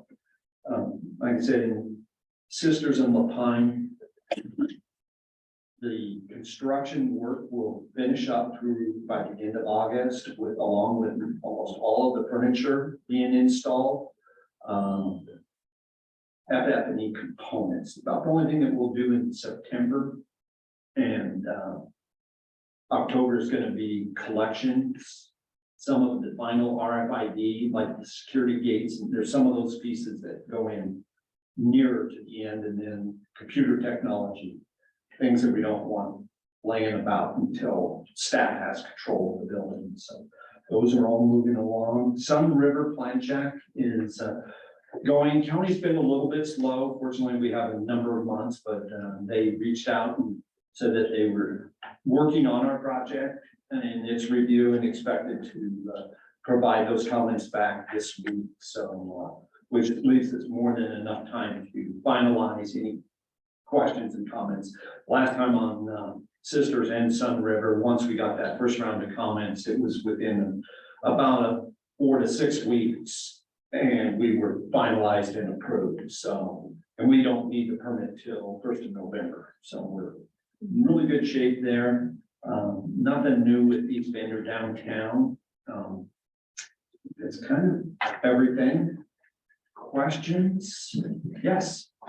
Number one, I drive past the Redmond site about once every 2 weeks just to see all the changes. And there's so many times I drive by and I'm wondering about things. So I was wondering, is there ever a possibility that we could actually, as a board, go to the site and have Greg explain some? That's exactly what I was thinking as he was describing all this. Well, because my husband drives by with me, and I go, what do you think that is? I mean, those big 4 tower things, one of them he said is for the elevator. Yeah. But anyway, it would be great to. We do that very frequently. We like to have it organized because for safety reasons and to come up with timeframes that work well so that we're not impacting the contractor, but have a site tour, I think would be fantastic. And we would organize it, we'd meet up there, and I know Kirby would love to be walking with us. And no, I think if you guys want to do that, let me know. We can coordinate. I'd love to do it. Yeah, I really would. Yeah, no, this is the exciting part, and to get out there and see what they're doing, it's fun. Yeah. Yeah.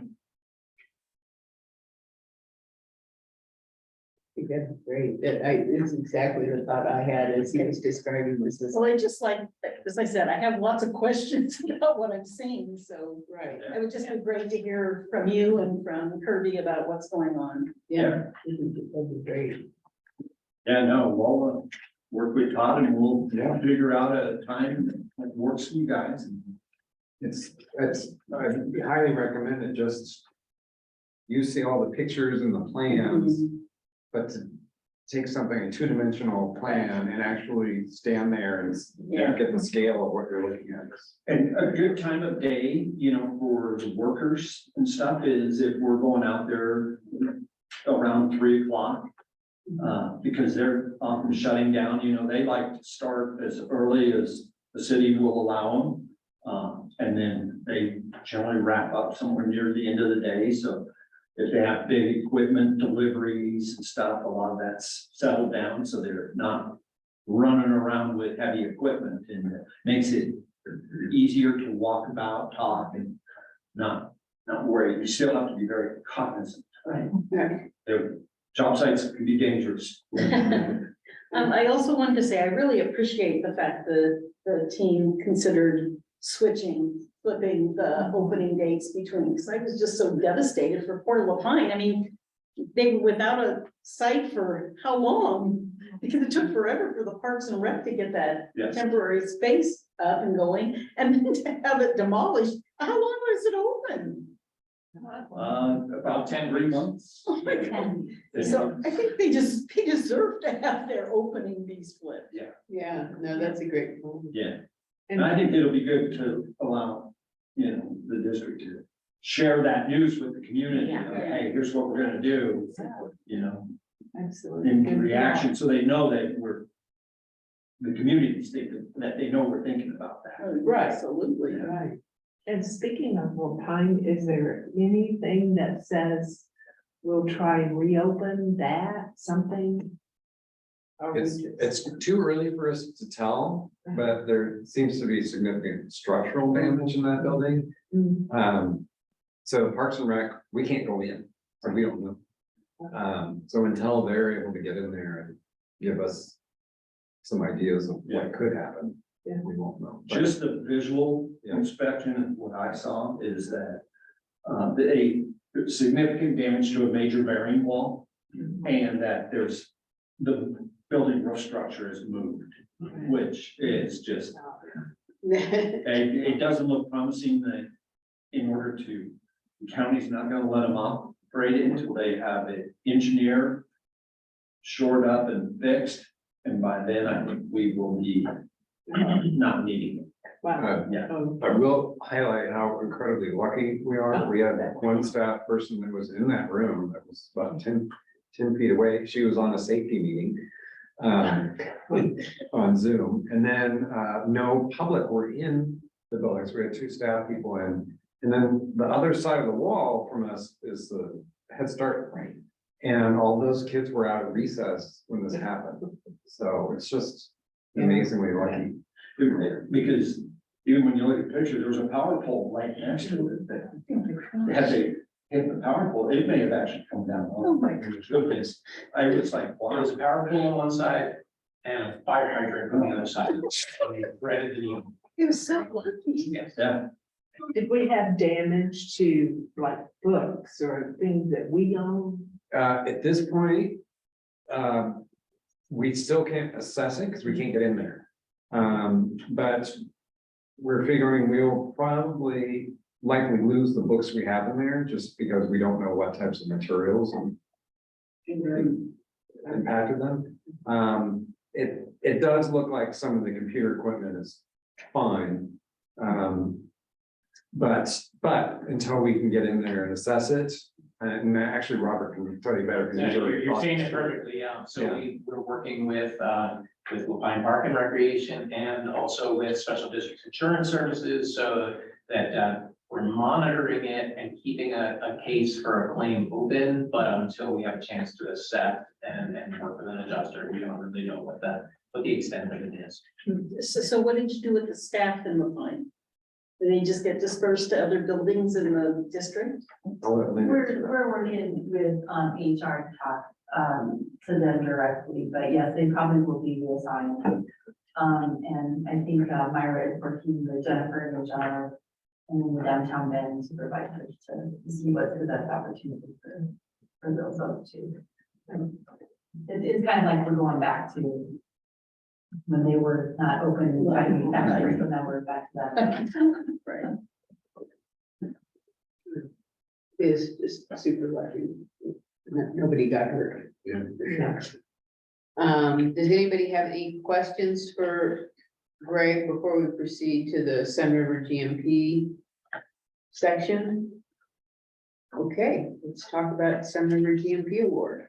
So the pricing is in from them, and then I attached these cost estimates that Sunwest has submitted to us, and there was two of them in there. One was for the main GMP, and then one was for the temporary structure. And those have come in and they're under our budget, which is the $3,285,000 that I have on the summary for organization. It's about 100,000 or a little more underneath that.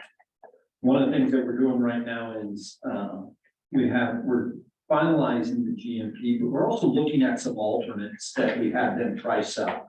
And some things that if we had the money, would we, replace certain doors and do some certain upgrades, but we didn't want to commit to it up front. We wanted to see how were we doing against our budget and if we could do those. And so that's being evaluated right now.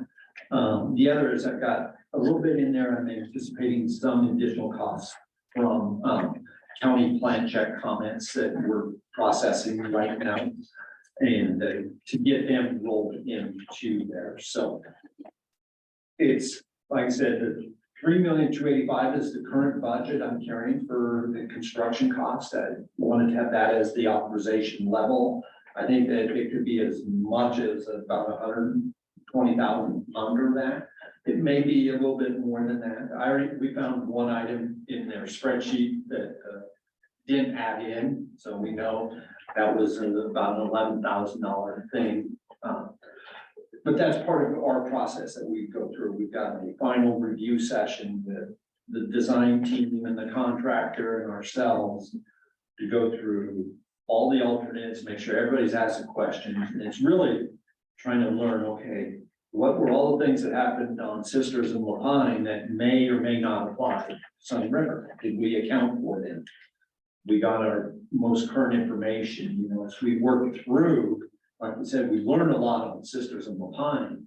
We're really trying to apply that, and we're doing some stuff right now with one of our major suppliers, Siemens, on how our fire alarm systems, our building access controls, our mechanical system controls, our security system, so that they're fully integrated across the district.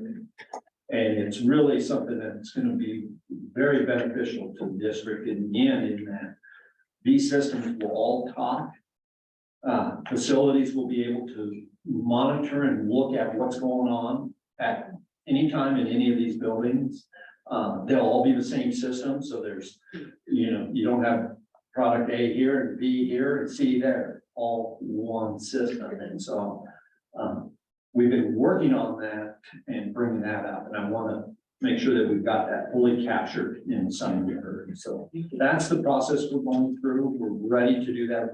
I'd like to get them finalized here in the next 2 weeks. One of the things we want to do differently on Sunriver is to order our switchgear really early so that we can help avoid that time limit. We're also doing some replacements. Sunriver's mechanical equipment was older, needed just to get more out. So those pieces of equipment are also having long lead times. We were able to get the equipment we needed for Sisters and Lapine within the time frame we planned, but that's another one that we know we've got to get those. And then we've got some structural work that we're doing on Sunriver where we're putting in some beams, to reinforce that roof structure. And we want to get those ordered early so that they can, that's one of the first elements of work they want to do is get in there and do their demo and then attack the roof before they start doing other stuff. And so we want to have that kind of stuff. And this really is a big benefit for us to order them and be set up to, when we start construction, is to really take off. So, questions? Questions? If not, I'd entertain a motion.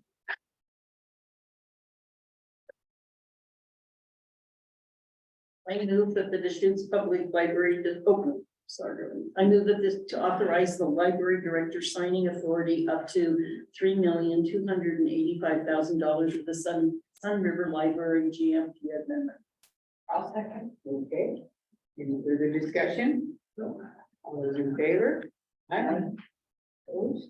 Motion passes. Okay.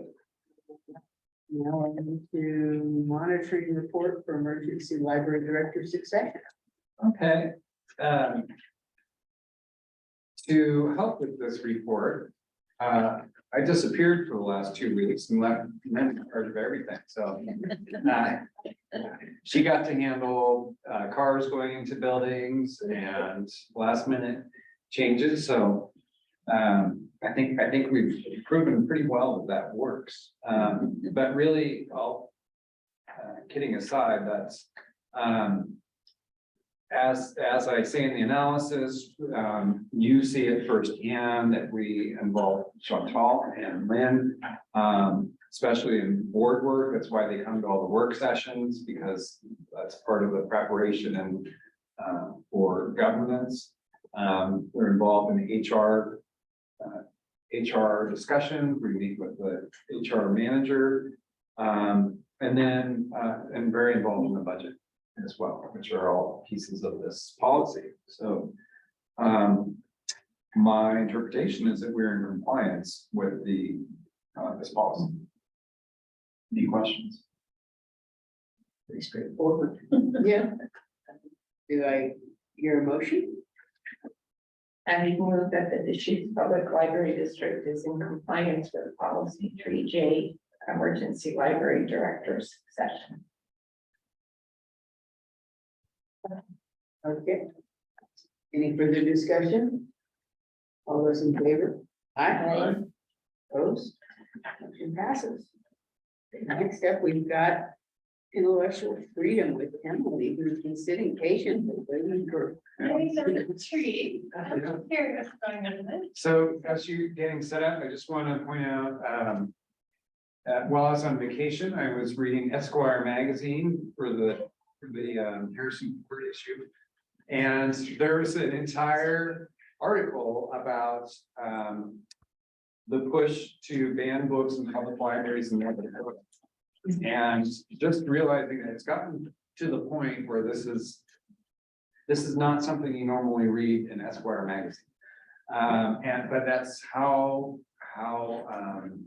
ubiquitous this has become. We've had a lot of issues statewide. It's been a huge national trend, and I thought it was really important to have Emily talk with us about this. Emily, besides being an excellent employee here, helping with our collection, she's the head of the Intellectual Freedom Committee for the Oregon Library Association, and is a sought-after speaker across the state. So.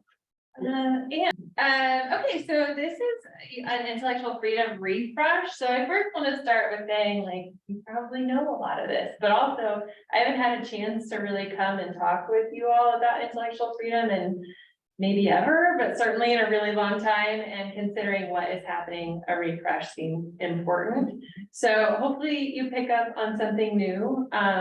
If I don't mean to ever teach you something you already know. So if you already know it, you can glaze over and move on. So the first thing I want to talk about is just like, what is happening? Why are we having this national conversation? And I will go into specifics about what has been happening around Oregon towards the end.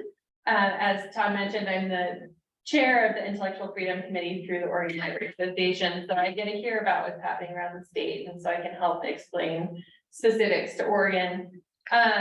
Nationwide, there has been what I would call an attack on libraries, and really specifically about the information that our libraries share to our community. And even more specifically to that, it's almost always about either LGBTQ topics or BIPOC. So if you're unfamiliar with those acronyms, LGBTQ is for our gay, lesbian, queer, transgender community. And then our BIPOC is for Black, Indigenous people of color. So really our underrepresented communities that really need their voices held up. So every year ALA puts out the top 10 most challenged books. This comes out in April. So we just got this, and last year it was actually the top 13 because there were a number of ties on the list, and every single one of the books on this list was challenged either because of LGBTQ topics and or BIPOC topics. And some won't straight out say that, but that was the impetus behind it. So for example, The Bluest Eye says it claims to be sexually explicit, but the only sexual encounters in that book are LGBTQ. So even if they didn't call it out, it's because of the types of relationships that are being learned about in those titles. So why does this matter to libraries? So the very first thing is this tiny little note at the bottom. I'm going to talk a lot about law. And anytime you talk about the law, you have to tell people that you're not a lawyer if you're not a lawyer. So I am not a lawyer. This is not legal advice. If you need legal advice, contact legal counsel within your state. But the intellectual freedom is tied to libraries through the First Amendment. So specifically, the First Amendment has a number of pieces to it, but there's an element of freedom of speech. And this is specifically tied to the freedom of speech doctrine within our United States Constitution. And broken down, it means your freedom to your own intellect. So it's a pretty big importance to all of us to be able to be free to think what we want to think and learn what we want to learn. So let's go back to the Wayback Machine. When the Constitution was created, it was created with amendments called the Bill of Rights. And the reason for that Bill of Rights was actually many of our colonies would not ratify the Constitution without those Bill of Rights added. That's why there are amendments, because they weren't in there originally and they could not pass the Constitution without them. And the thought behind it is that we are human beings that have rights that should be protected in this land that we are founding. And those rights are my right as a human being. So they're also now called the civil rights. And just like everything with our Constitution, our words and where they were put were very thoughtfully placed. So in the First Amendment, there's actually a lot in there. And the reason why they weren't broken out into individual separate amendments is because they were all number one. And they couldn't decide which one was more important than the other, and placement was important. So under that First Amendment, to be a human in the United States includes freedom of information. And so with those, the Constitution was ratified. And now we have that freedom of speech, which then ties to freedom of information. And how does that work? Well, the Constitution was a long time ago, and we like to fight things out of, so what does that mean? What does that mean? And we do that through our court of law. And through our court of law, each of those decisions help create more and more definition as to what did that law mean? What does that statement mean? And it creates precedent. So throughout all of the many years, hundreds of years that we have been living with our Constitution, our courts have held that the freedom of speech is within it is contained your freedom of informed thought. And within that, to have your freedom of informed thought, you have to have a freedom of information. In order to have a freedom of information, you now have to have a place that gives you information. Welcome to the public library. So those courts have said that one of the precedents that is often stated when people look at what does it mean to be a public library is that public libraries are, or libraries generally speaking, are a quintessential locus of the receipt of information. And that is really what we are living under to be a public library, is that quintessential place where people get information. Lots of links, you'll get them all in, when you get the slide deck. So there are limits to freedom of speech. So the first I need to talk about is what is the physical place of the library? What is its role when we're talking about upholding the Constitution? So courts again have held, they have described 3 different areas of public forum. So back when, again, the Constitution was created, the only public forum at that time was a traditional public forum where you actually had relationships with your senators and your legislative bodies and maybe even the president. And so you could actually talk to the individuals and say, I feel this and I feel that. Or they would be out in the plaza and on a stage and you could actually raise your hand and talk to those individuals. So that is a traditional public forum, and we have that today.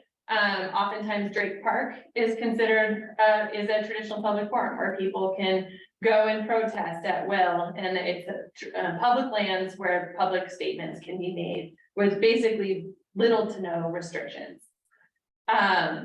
There's also then a limited public forum, which is what libraries are. So limited public forums are a place that has a responsibility to uphold the Constitution. And in order to do that, we have to do things to make that happen. So for the library, as an example, in order to protect freedom of speech, we have to check out books. And so in order to check out books, we have to have some staff spaces that we can process returns of books and get them back and put them back on circulation. And if the public was back in that staff space, that would make it really hard for us to do that job. And so we can put what is called time, place, and manner restrictions in place so that we can continue to do the job that is needed to protect that constitutional right. Which means we can put up signs that say the public isn't allowed to be in staff spaces. That's a place restriction, and we can do that because we need to in order to protect that right. We can also, we realize that our buildings are staffed by human beings that have full lives. And also that there's a number of laws that tell us how many hours those individuals can work per week. So the library isn't going to be open 24 hours a day. So we can say, in order for our staff to have happy and healthy lives, our building is open these hours throughout the week. That's a time restriction.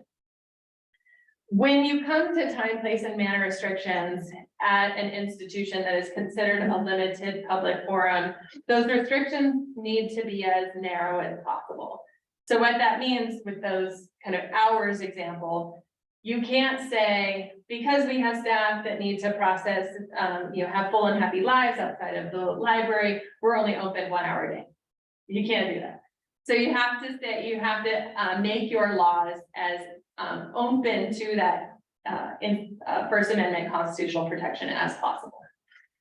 What you also can't do is you cannot do content or specific restrictions. So back to our top 10 most challenged books, those were all content-based restrictions. Bringing it back to the example of the physical place of the library, you cannot say that people with a certain gender, a certain ideology, a certain race don't have access to the building. That is a content level restriction, and we cannot tell people if you're BIPOC, you're not allowed in our space. And that is basically the equivalent of what is happening with the book challenges.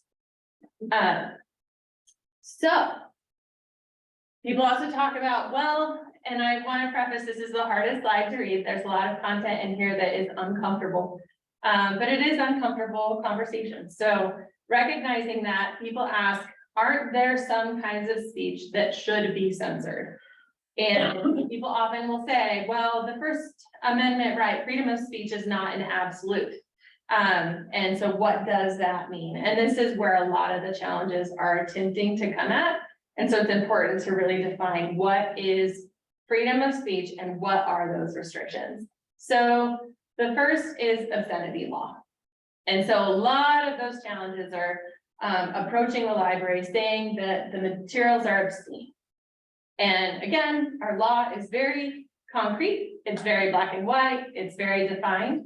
And so within a court of law, in order for something to be called obscene, it has to go through the Miller test. If it has not gone through the Miller test, it is not obscene. So step number one, if it has not gone to a court system to be processed through the Miller test, it is not obscene. Once it has gone through a legal process, the test that needs to be applied is a threefold test, and it has to have all three of these elements in order to be obscene. So the first is that an average person applying contemporary community standards would find that that work taken as a whole, is very important, appeals to the indecent interests. So the entire work, everybody in your modern community would find that to be indecent. That is a really high standard to find. So, you know, just looking around this room or our community, everyone in Deschutes County, if you were to go and just survey people on the street and show them that work, they would all say that it is of indecent interest, and the entire thing fits that standard. Number two is that whether the work depicts or describes a patently offensive way, sexual conduct specifically defined by the applicable law. So what that means is that the sexual, it has to be sexual content. So this doesn't apply to things like violence, or there's been a lot of concerns about how police are depicted in books. It's not sexual, it's not part of the Miller test, it's not obscene. And that if that sexual content is portrayed, it needs to be portrayed in an offensive way. So, for example, Romeo and Juliet has sexual content. Is it offensive? It depicted in an offensive way. If the answer is no, it is not obscene. And the last is that whether the work taken as a whole lacks serious literary, artistic, political, or scientific value. So with all of that, the entire thing has no other value. If you can say it has no value whatsoever, then it can be considered obscene. So this is incredibly high standard to meet, which it can tell us when somebody comes to us and says it's obscene, if it hasn't gone through a court of law, A, is not obscene, and B, this is incredibly high. People often ask me, have you seen anything that has ever passed this Miller test? And the only thing that I'm aware of is Playboy magazine. Back in the 80s was considered obscene, but still available to the general public. You just had to put the sleeve on it at the grocery store, which is why Playboy had a black plastic sleeve over it, is because it was found to be obscene. And actually they fought that and it went away. So it was ruled untrue in later court decisions. The other thing that these challengers often bring up is that it's child pornography. And they'll say, you know, this is child pornography. You cannot provide this to the children of our community. How could you allow this to happen? And again, the law tells us exactly what child pornography means. And this is where it's really uncomfortable, but it has to be sexually explicit content involving an actual human child.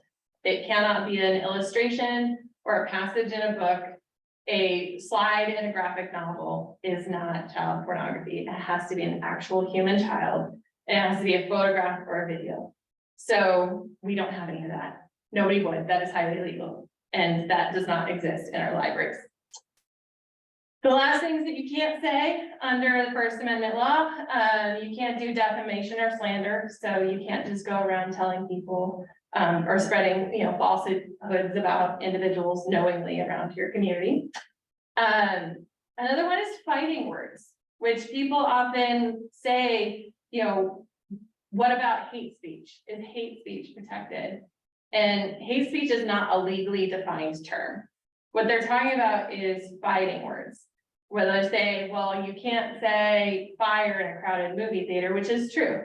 And the logic behind that is it would create immediate and imminent lawless action, as in, say, yelling fire in a crowded movie theater has a high likelihood of physically harming individuals.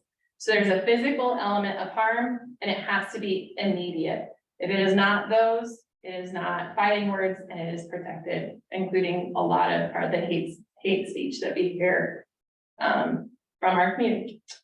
And last, unfortunately, is the Patriot Act. So the government, the United States government says if they call something national security, they can redact anything or not release it. And that's all through the umbrella of national security, came out after 9/11 and has never gone away. So the United States government can basically do whatever they want. So I mentioned that this child pornography does not apply to illustrations. And it's important to do a note on graphic novels, because sometimes people say one of the most common areas that are challenged is graphic novels. And that's because they're illustrations. You have a visual association with the words that are being told, and it can feel a little bit more obvious or intrusive to see that illustration. And so over and over, graphic novels are one of the areas that are challenged the most across our country. The reality, though, is that graphic novels are not obscenity, they're not child pornography, as we just defined, and that they're really important elements to our library collections. So one thing is that they do offer those visual cues with their word associations. And it's important to realize that, because that is one of the best ways that we can teach our learning disabled or learning inhibited or learning reluctant readers how to read.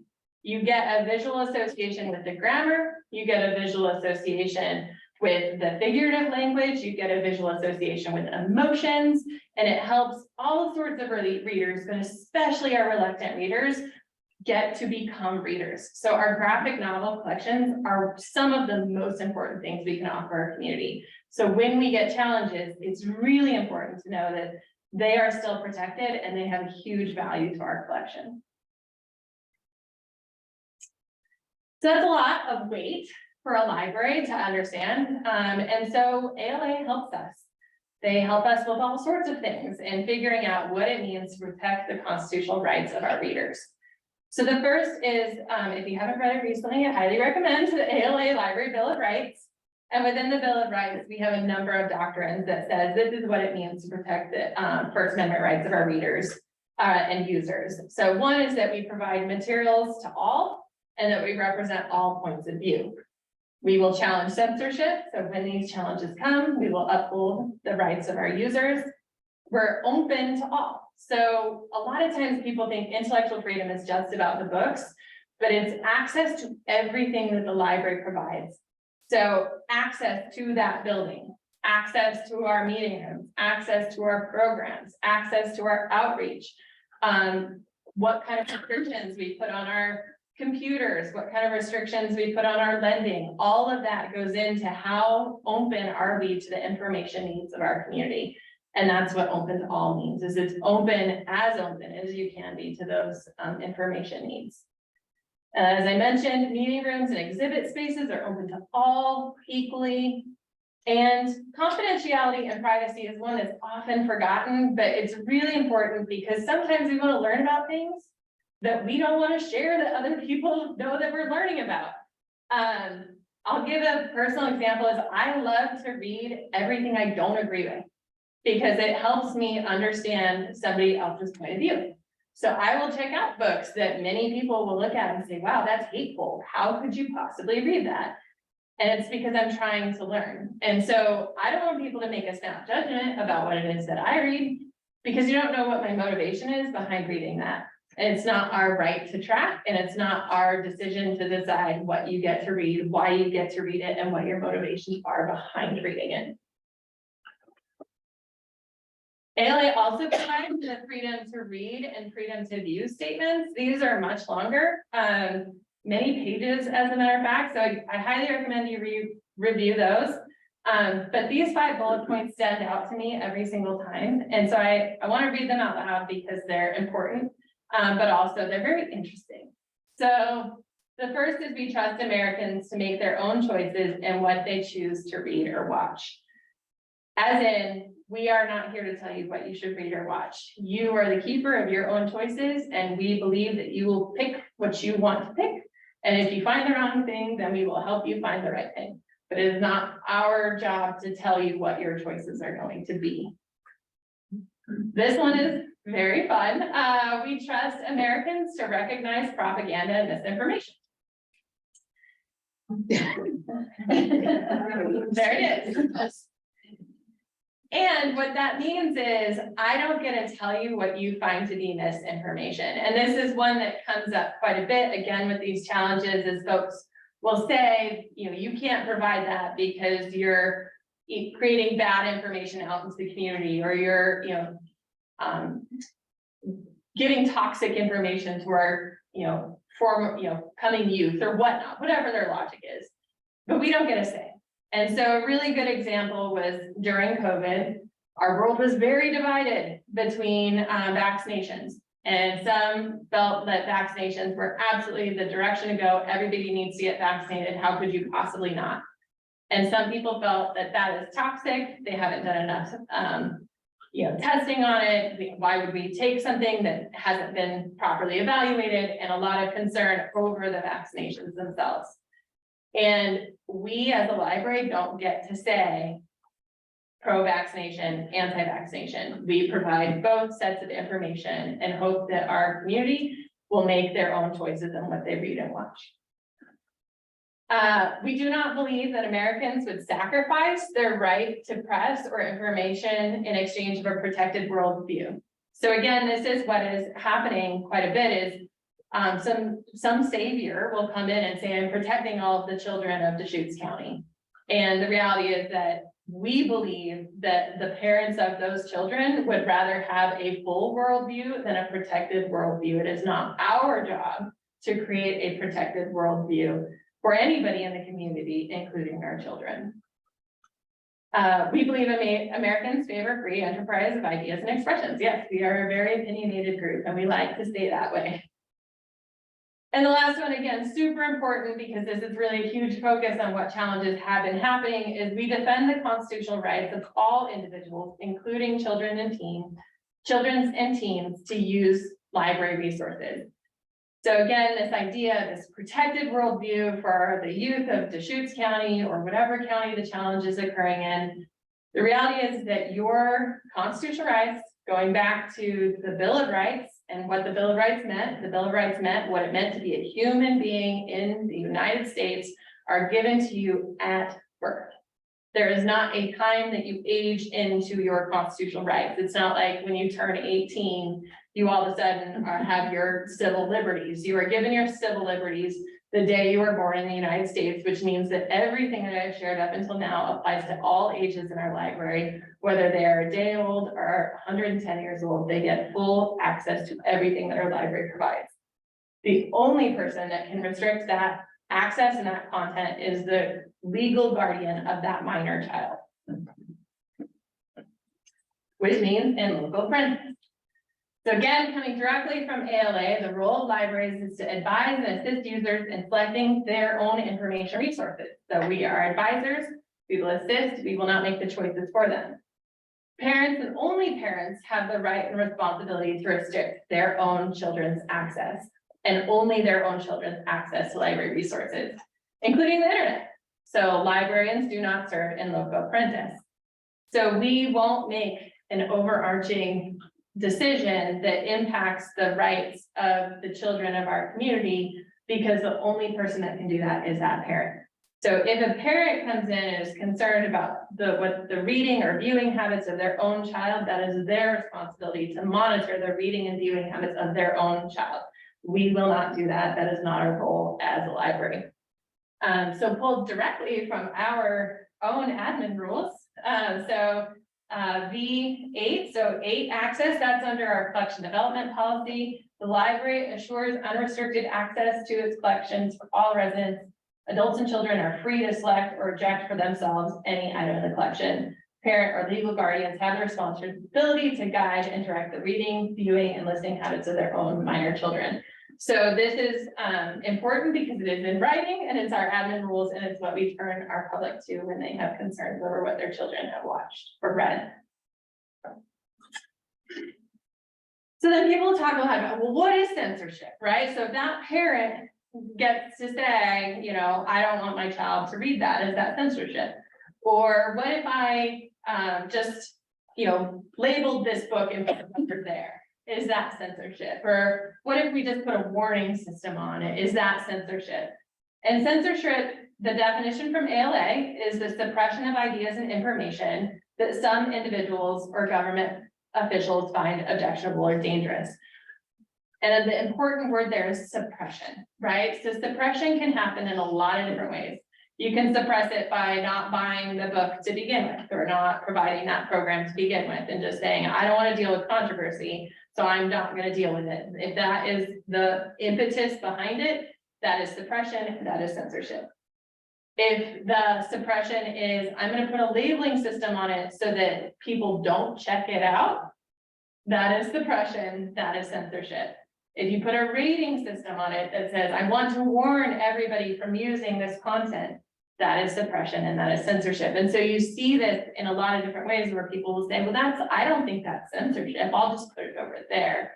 That if the impetus behind it is not exposure to that content, but restriction of that content, it is censorship. So takeaways, we cannot restrict based off of content. We can do time, place, and manner restrictions, and this applies to everything that it is that a library is provides. So whether it's our space, our programs, our collections, all of this is involved in intellectual freedom and the right to the library spaces. ALA helps us again.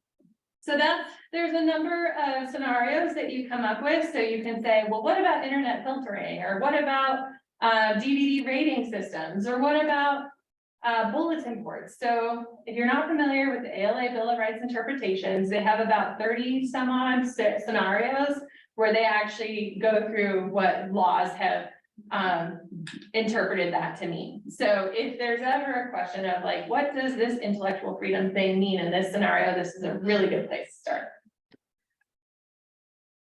And people will say, well, what happens if you don't do it? Well, you get sued. and I hate to say it that bluntly, but you do get sued. So a lot of people will ask, well, they're getting away with it. Like, look at what's happening in Texas, look what's happening in Florida. How are they getting away with it? And the reality is they are not getting away with it. But they, you know, the legal system is slow and it takes a while to build a case. But these are all current litigations that are happening around the country right now.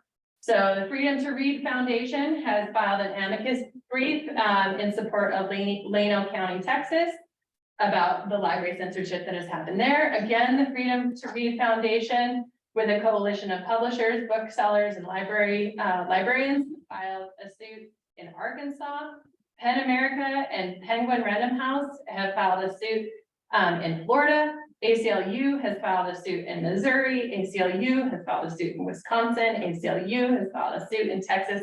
They are getting sued. They will probably lose because we have hundreds of court cases that have created all of that precedent that we've talked about that say they cannot do this. So if all you take away is, I don't want to get sued, then don't censor our stuff because you will get sued. So what is happening? I've talked about, well, this is happening around the country. This is happening around the country. So these numbers are from ALA. Over the next few slides, I'm going to marriage them with cases that are happening around Oregon, just to help understand what is happening in our own state. So since 2021, our challenges have just skyrocketed. In 2002, they doubled that in 2021, which was, you know, something like 38% overhold of what was normal in 2020. And in Oregon, they track their challenges over the calendar year. So we had January of 2022 to December of 2022.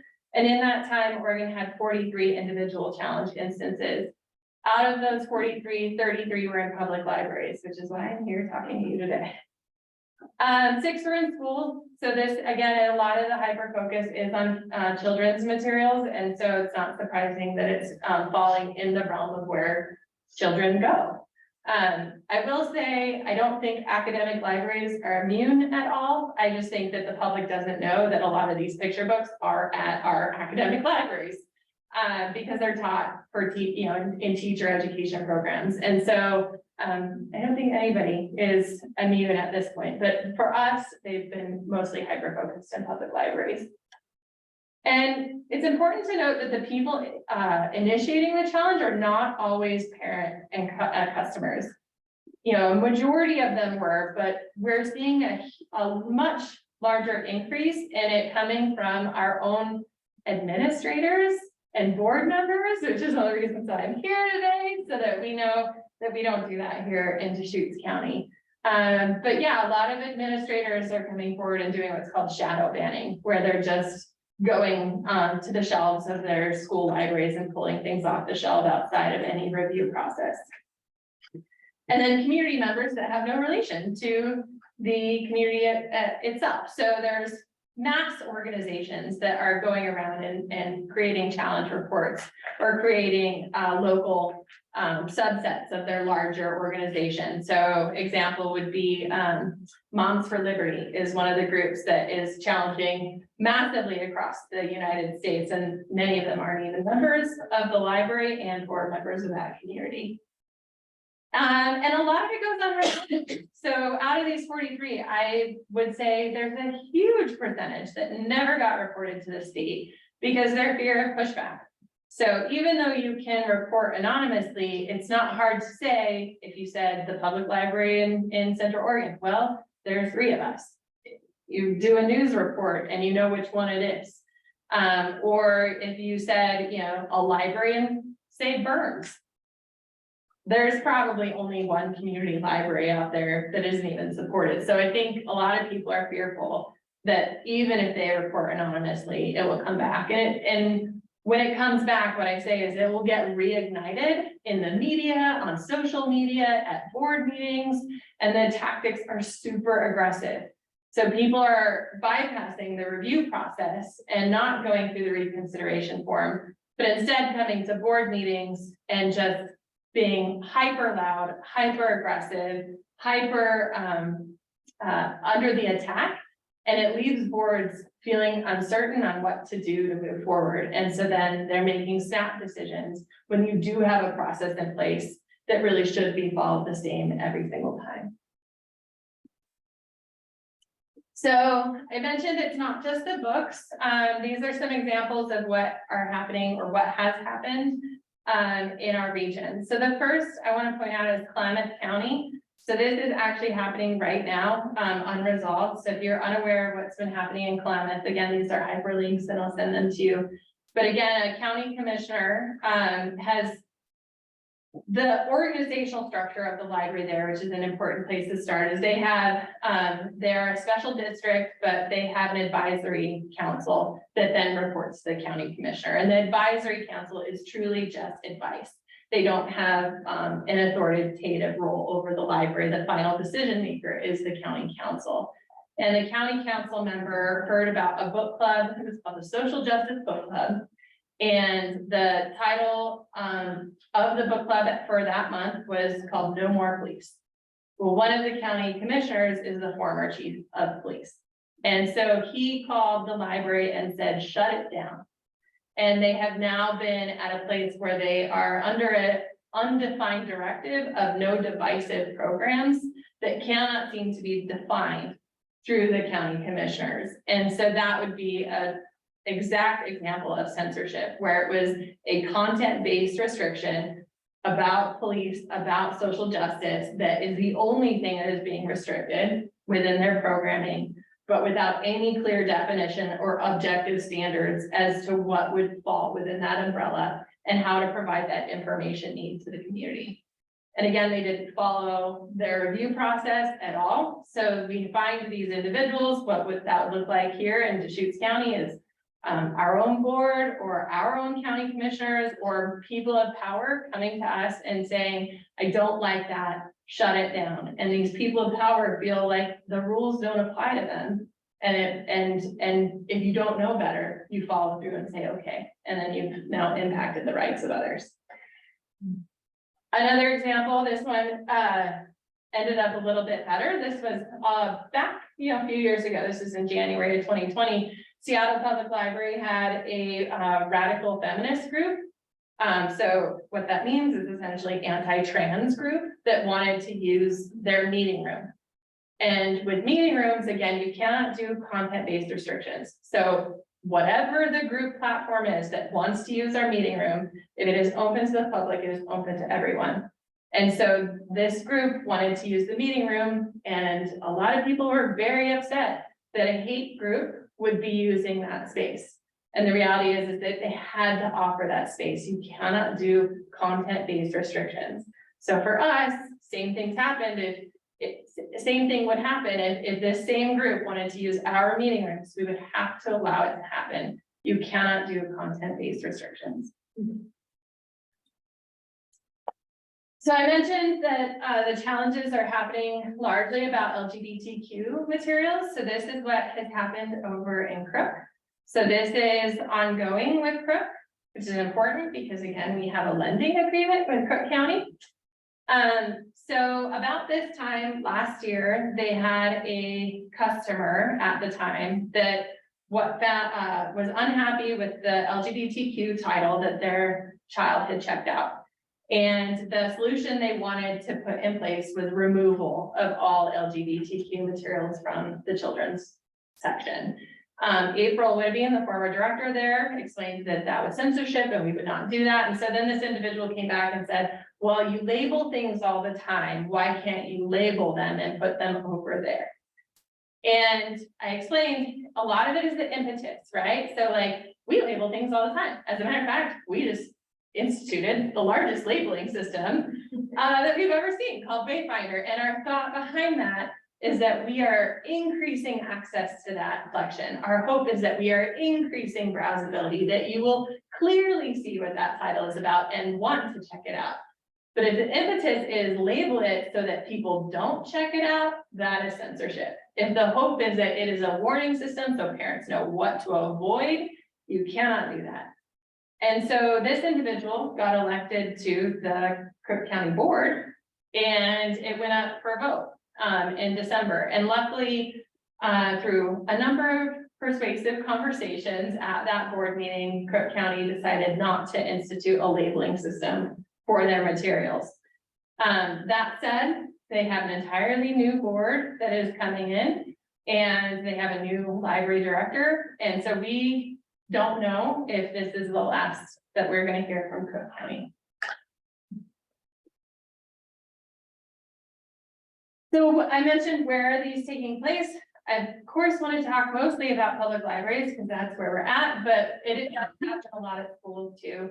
So in North Medford last year, the graphic novel version of The Handmaid's Tale was actually fully removed from the shelf. So it was actual censorship that has happened and has still been unresolved. Kids have been without that information source for now almost 2 years.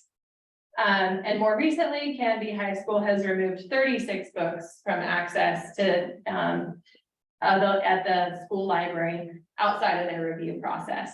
And that is currently unresolved.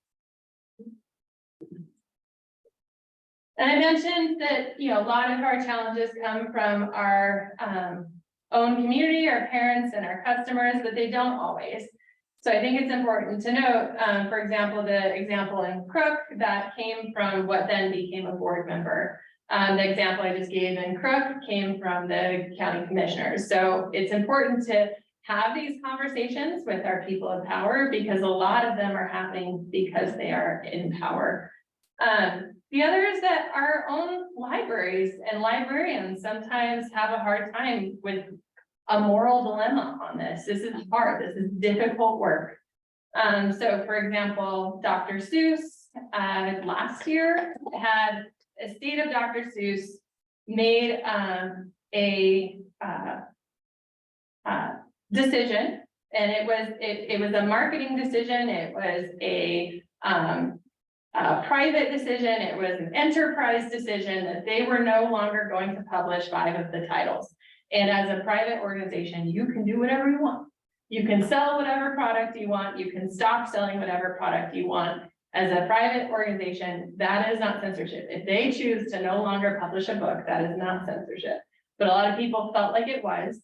And the reason why they stopped publishing those 5 titles is because there was racist imagery within them, and they felt like it didn't uphold the voice and the platform that is Dr. Seuss, the image of Dr. Seuss.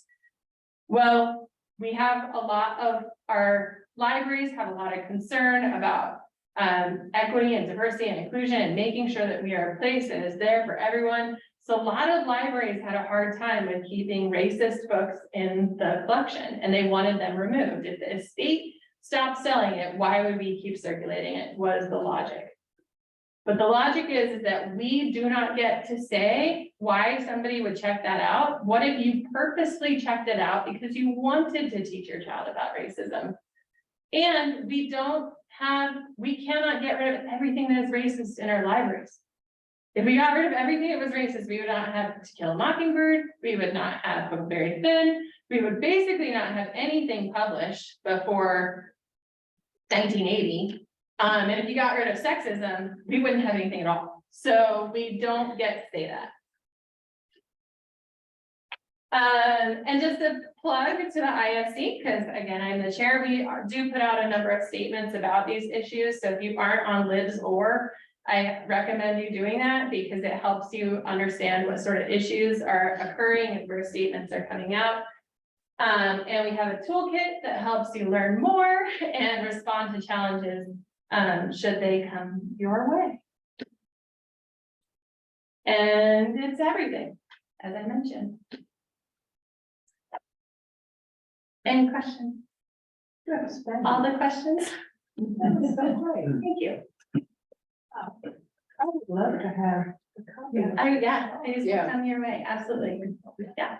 Yeah, I just want to thank you for all the work that you've done and the entire committee has done. You have provided resources for so many libraries throughout the state, and it's really important because some of the smaller library systems don't have the resources to pull all this information together, and you've provided such clarity and leadership. I just really appreciate everything. Thank you. I appreciate that. And you're welcome. It's a lot of work, but it's important. Yeah, and that's probably the clearest explanation in a short amount of time that I've ever heard of this issue. So thank you for that. You're because I welcome. learned some things. You're welcome. You're welcome. I do have a question when a book is challenged, whether it's the Blue Side or whatever it might be that's challenged in Podunk Library. They pull it, and it's really illegal. It could be challenged and they could be forced. If it's not challenged, they pulled it. Is there any other recourse besides I'm taking you to court? Yeah, well, a lot of it has to come down to what policies you have in place and making sure you have good policies. So we, as you know, because it's part of your guiding principles, we have our admin rules. And we actually just did a huge refresh and look through to make sure all of them are up to date and all of them are, current.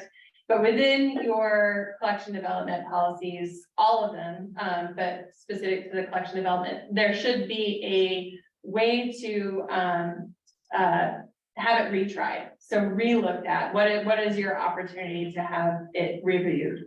And so oftentimes people will do that because they wanted it removed and you didn't. And so then they'll ask to have it re-looked at, but the same can happen if something was removed. You should have a chance to go back and have it reassessed, usually within a couple of years. If a community member doesn't know about that, then I would say, the media is always a good option. It's a bit adversarial, so I wouldn't do that right away, but if you are not getting the attention to an issue that you need, and you need a letter writing campaign, then that's a good way to get the attention of that director or that board.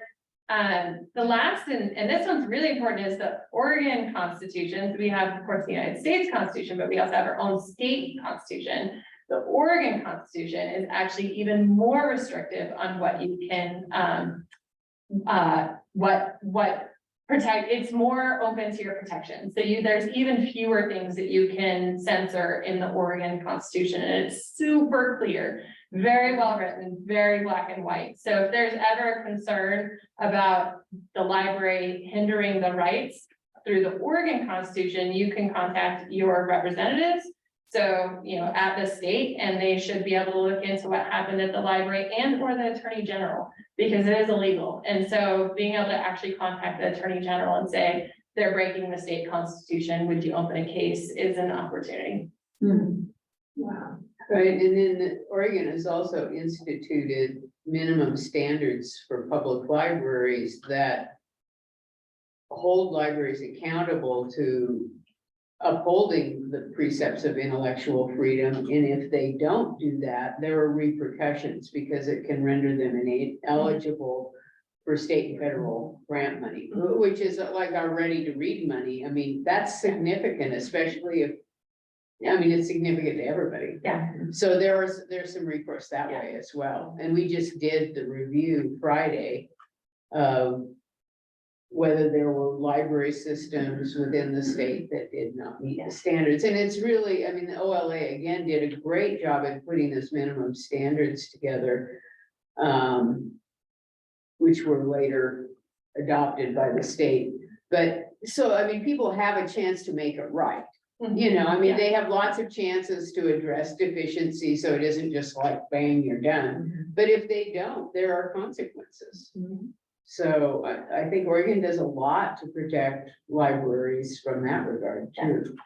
How do we rank though, as far as Central Oregon and not our library, Deschutes Public Library? The request for censorship compared to that. It's hard to tell, because again, so many of them go unreported. So I think we don't really get a good grasp of how many challenges happen all over the state. For us, we have a pretty standard average prior, I would say, to 2020. We'd get, like maybe 2 or 3 challenges a year that would just kind of go through our standard process, and which is they fill out the form, we re-review it against our collection development policy and make sure that it fits the objective standards to fit within our collection. So it's an objective assessment rather than a subjective or content-based assessment. And we provide that evidence back to Todd, who then writes that customer back. And that's the end of it. If the customer was unsatisfied or wanted additional review, that's when it comes to the board. And your responsibility then is to make sure we follow our policy. So did we follow our process? Does it fit our objective standards to be within our collection? Luckily, knock on wood, that is a very, very rare occurrence. It hasn't happened in my time here, and I hope that continues to be the case. Since 2020, and this is maybe to what Anne was saying, and I'm hoping we have been really proactive with talking with our community about intellectual freedom and putting out banned books, presentations and YouTubes and going in front of the Rotary and being here. And we have gotten almost no challenges since this has begun. So I think letting people know the importance of this is a really good way to make sure that you protect yourself from it. And these rules also apply to schools, not just public libraries. They do, yeah. Any library that is state funded. So it doesn't apply to a private library. But any library that is considered gets public funding of some kind, including academics or archives, do have a responsibility. Again, you can set time, place, and manner restrictions. So if you said I was a religion library and all I do is religion because I'm part of this religious school, that is a place restriction because it is part of a religious school. So there are ways to make sure you have content specific libraries for special libraries, but generally speaking, if you're getting funds from the public through taxes and or the state, you are responsible to uphold these intellectual freedom standards. Wow, that's so good. My concern that I'm having, I don't know if it's the media hyping this or not, but it appears that since that more and more the groups that are, it's not individuals, asking for a single book. It's an organized group asking for a plethora of books. Yeah, I mean, like 20, 30, 40 books at a time to be taken on. Yes. And that presents you as overwhelmed the Yes. staff, and you're like, okay, you spend all your time treating this. And then they have the wherewithal. Go, get the lawyer and say, oh, you're wrong, and we just, just by sheer volume, volume, try to beat you down. yes. Is that really occurring, or is just this media? No, it is. That is absolutely occurring. So 2 examples, that's actually exactly what happened at Canby. So those 36 books was presented from 2 parents, even though they had 200 parents saying they didn't want those removed. 2 very loud, very aggressive parents that belonged to one of these national organizations came forward to the board with a list of books. It was 36. And in one board meeting, the intimidation tactics worked and they were all removed. So it does absolutely happen. And the other bigger example is that's what happened in Texas. So 700 books were universally across the entire state of Texas told to be removed because of the governor. So the governor of Texas said, you will be legally charged a criminal crime if you keep these books in your library. And that's why there's all these lawsuits happening in Texas. And that was 700 books. So what's the library to do in that situation? Well, they're getting sued. Yeah, I mean, a lot of libraries are they're not doing it. I mean, some are because they're fearful and they're removing them because they're legally, they have to. And some of them are saying no, and we believe that, we're right, and they're suing. They're contacting the ACLU and suing, and so, they're not going to jail anytime soon. And that's gonna cost us time and money and resources. Huge, Yeah. huge, A single group that is, huge, could be nationwide. huge. Yeah. Could be one person. They often is. There was a new study, and I'll find it, it's not included in here, but there was something like, I want to say it was something like 90% of the challenges across the country can be attributed to 11 people. And it's because they're the heads of these organizations and they're doing these math challenges. It's an organization with resources. Exactly. Yeah. Maybe a single individual that got all of this resource, which we don't have. Yeah. Yeah, I mean, luckily, like the ACLU usually will cover costs, but if you wanted, it would depend on who the, prosecuting attorney group would be, that would maybe help with costs, but let's not go there. Yeah. The Redmond Parks and Rec, their float for the 4th of July this year is all dedicated to libraries and librarians and banned books. Yeah. Yeah. That's incredible. What is that? It's gonna be the 4th of July. That's I'm so proud of you for doing that. That's That's really incredible. Oh, yeah. That's Should we all go? great.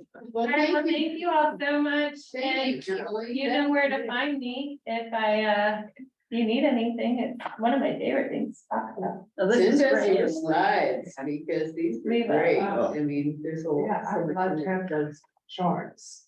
Yes, I will make sure that you get them. Okay, thank you. It's great. I'm happy about the old days when it was Harry. Oh, yes, yeah. Harry Potter still has its own challenges. That's a whole nother. Nothing compared to Yeah. that. Okay, God, library news. I'll keep it brief because we've given you a lot of news. I just will point out that, we are still trying to schedule a work session with the board. One that I don't think we checked is your willingness to meet the morning of the board meeting, which would be July 12th, I believe. Otherwise, the only date we could find where we get 4 out of 5 board members was I think, 28th. So just need some direction from the board on what you wanted to do. And that would be July. Yeah, July 12th would be our next board meeting. You have the work session that morning. Yeah. I'm gonna be there. Oh, yeah. Yeah, I can do that. Okay. What is it? Wednesday, July 12th. So it'd be all that. Yeah. So that's what we'll do. So we'll, Assuming I get the presenters I had, if they're available, I've got to verify that. so you'll send that out to us if that's. So that is my news. Do we have this topic?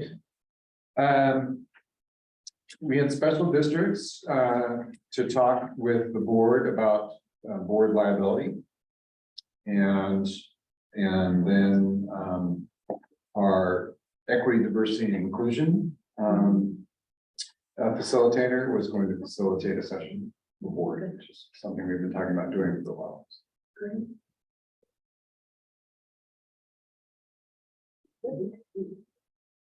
Sounds great. Sorry. I'm trying to write this down because my calendar is. Okay, and I don't really have anything from the foundation. So I guess that's it.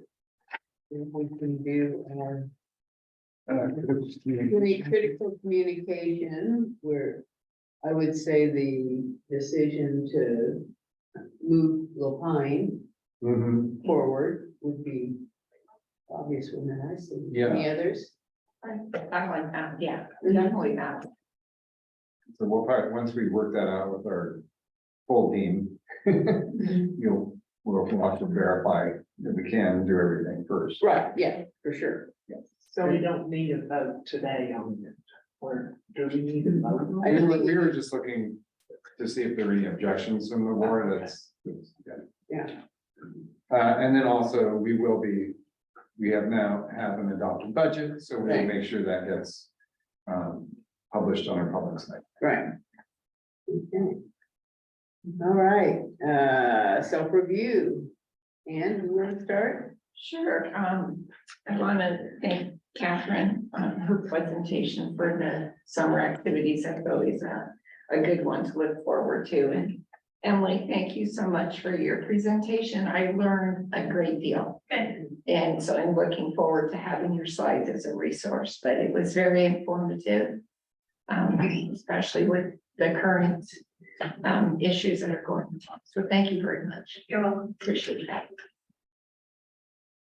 I would agree with Ann wholeheartedly. Also, to thank the design team and all for coming all the way with Seattle to give us that. And it's very exciting that we're getting so close to final designs and actually digging some dirt. So that's exciting to me. And then that's. Thank you. You're welcome. Yeah. All right, great. Yeah, I agree with Ann. Thank you. Thank you for doing all of that. It's a tough situation. Yeah, very much. You're welcome. Okay, Cynthia? Well, Emily's report, Catherine's report was so great. Todd, I really appreciate the fact that you have staff do the reports rather than you doing the reports, because it really. I appreciate Don't it do too. that. I'm sure you do, but it makes, I don't know, it helps us know the staff better, and I really appreciate that. I also appreciated the having the architects here in person, and it's just exciting to see what's happening as far as that goes. And I like to see them thinking about in the plans, thinking about the future, the thing that she was explaining about the flooring and about, things going underneath the flooring, because we don't have any idea what the future's what new technology is gonna come about. So I'm glad they're doing that thing. It's good meeting. Yeah.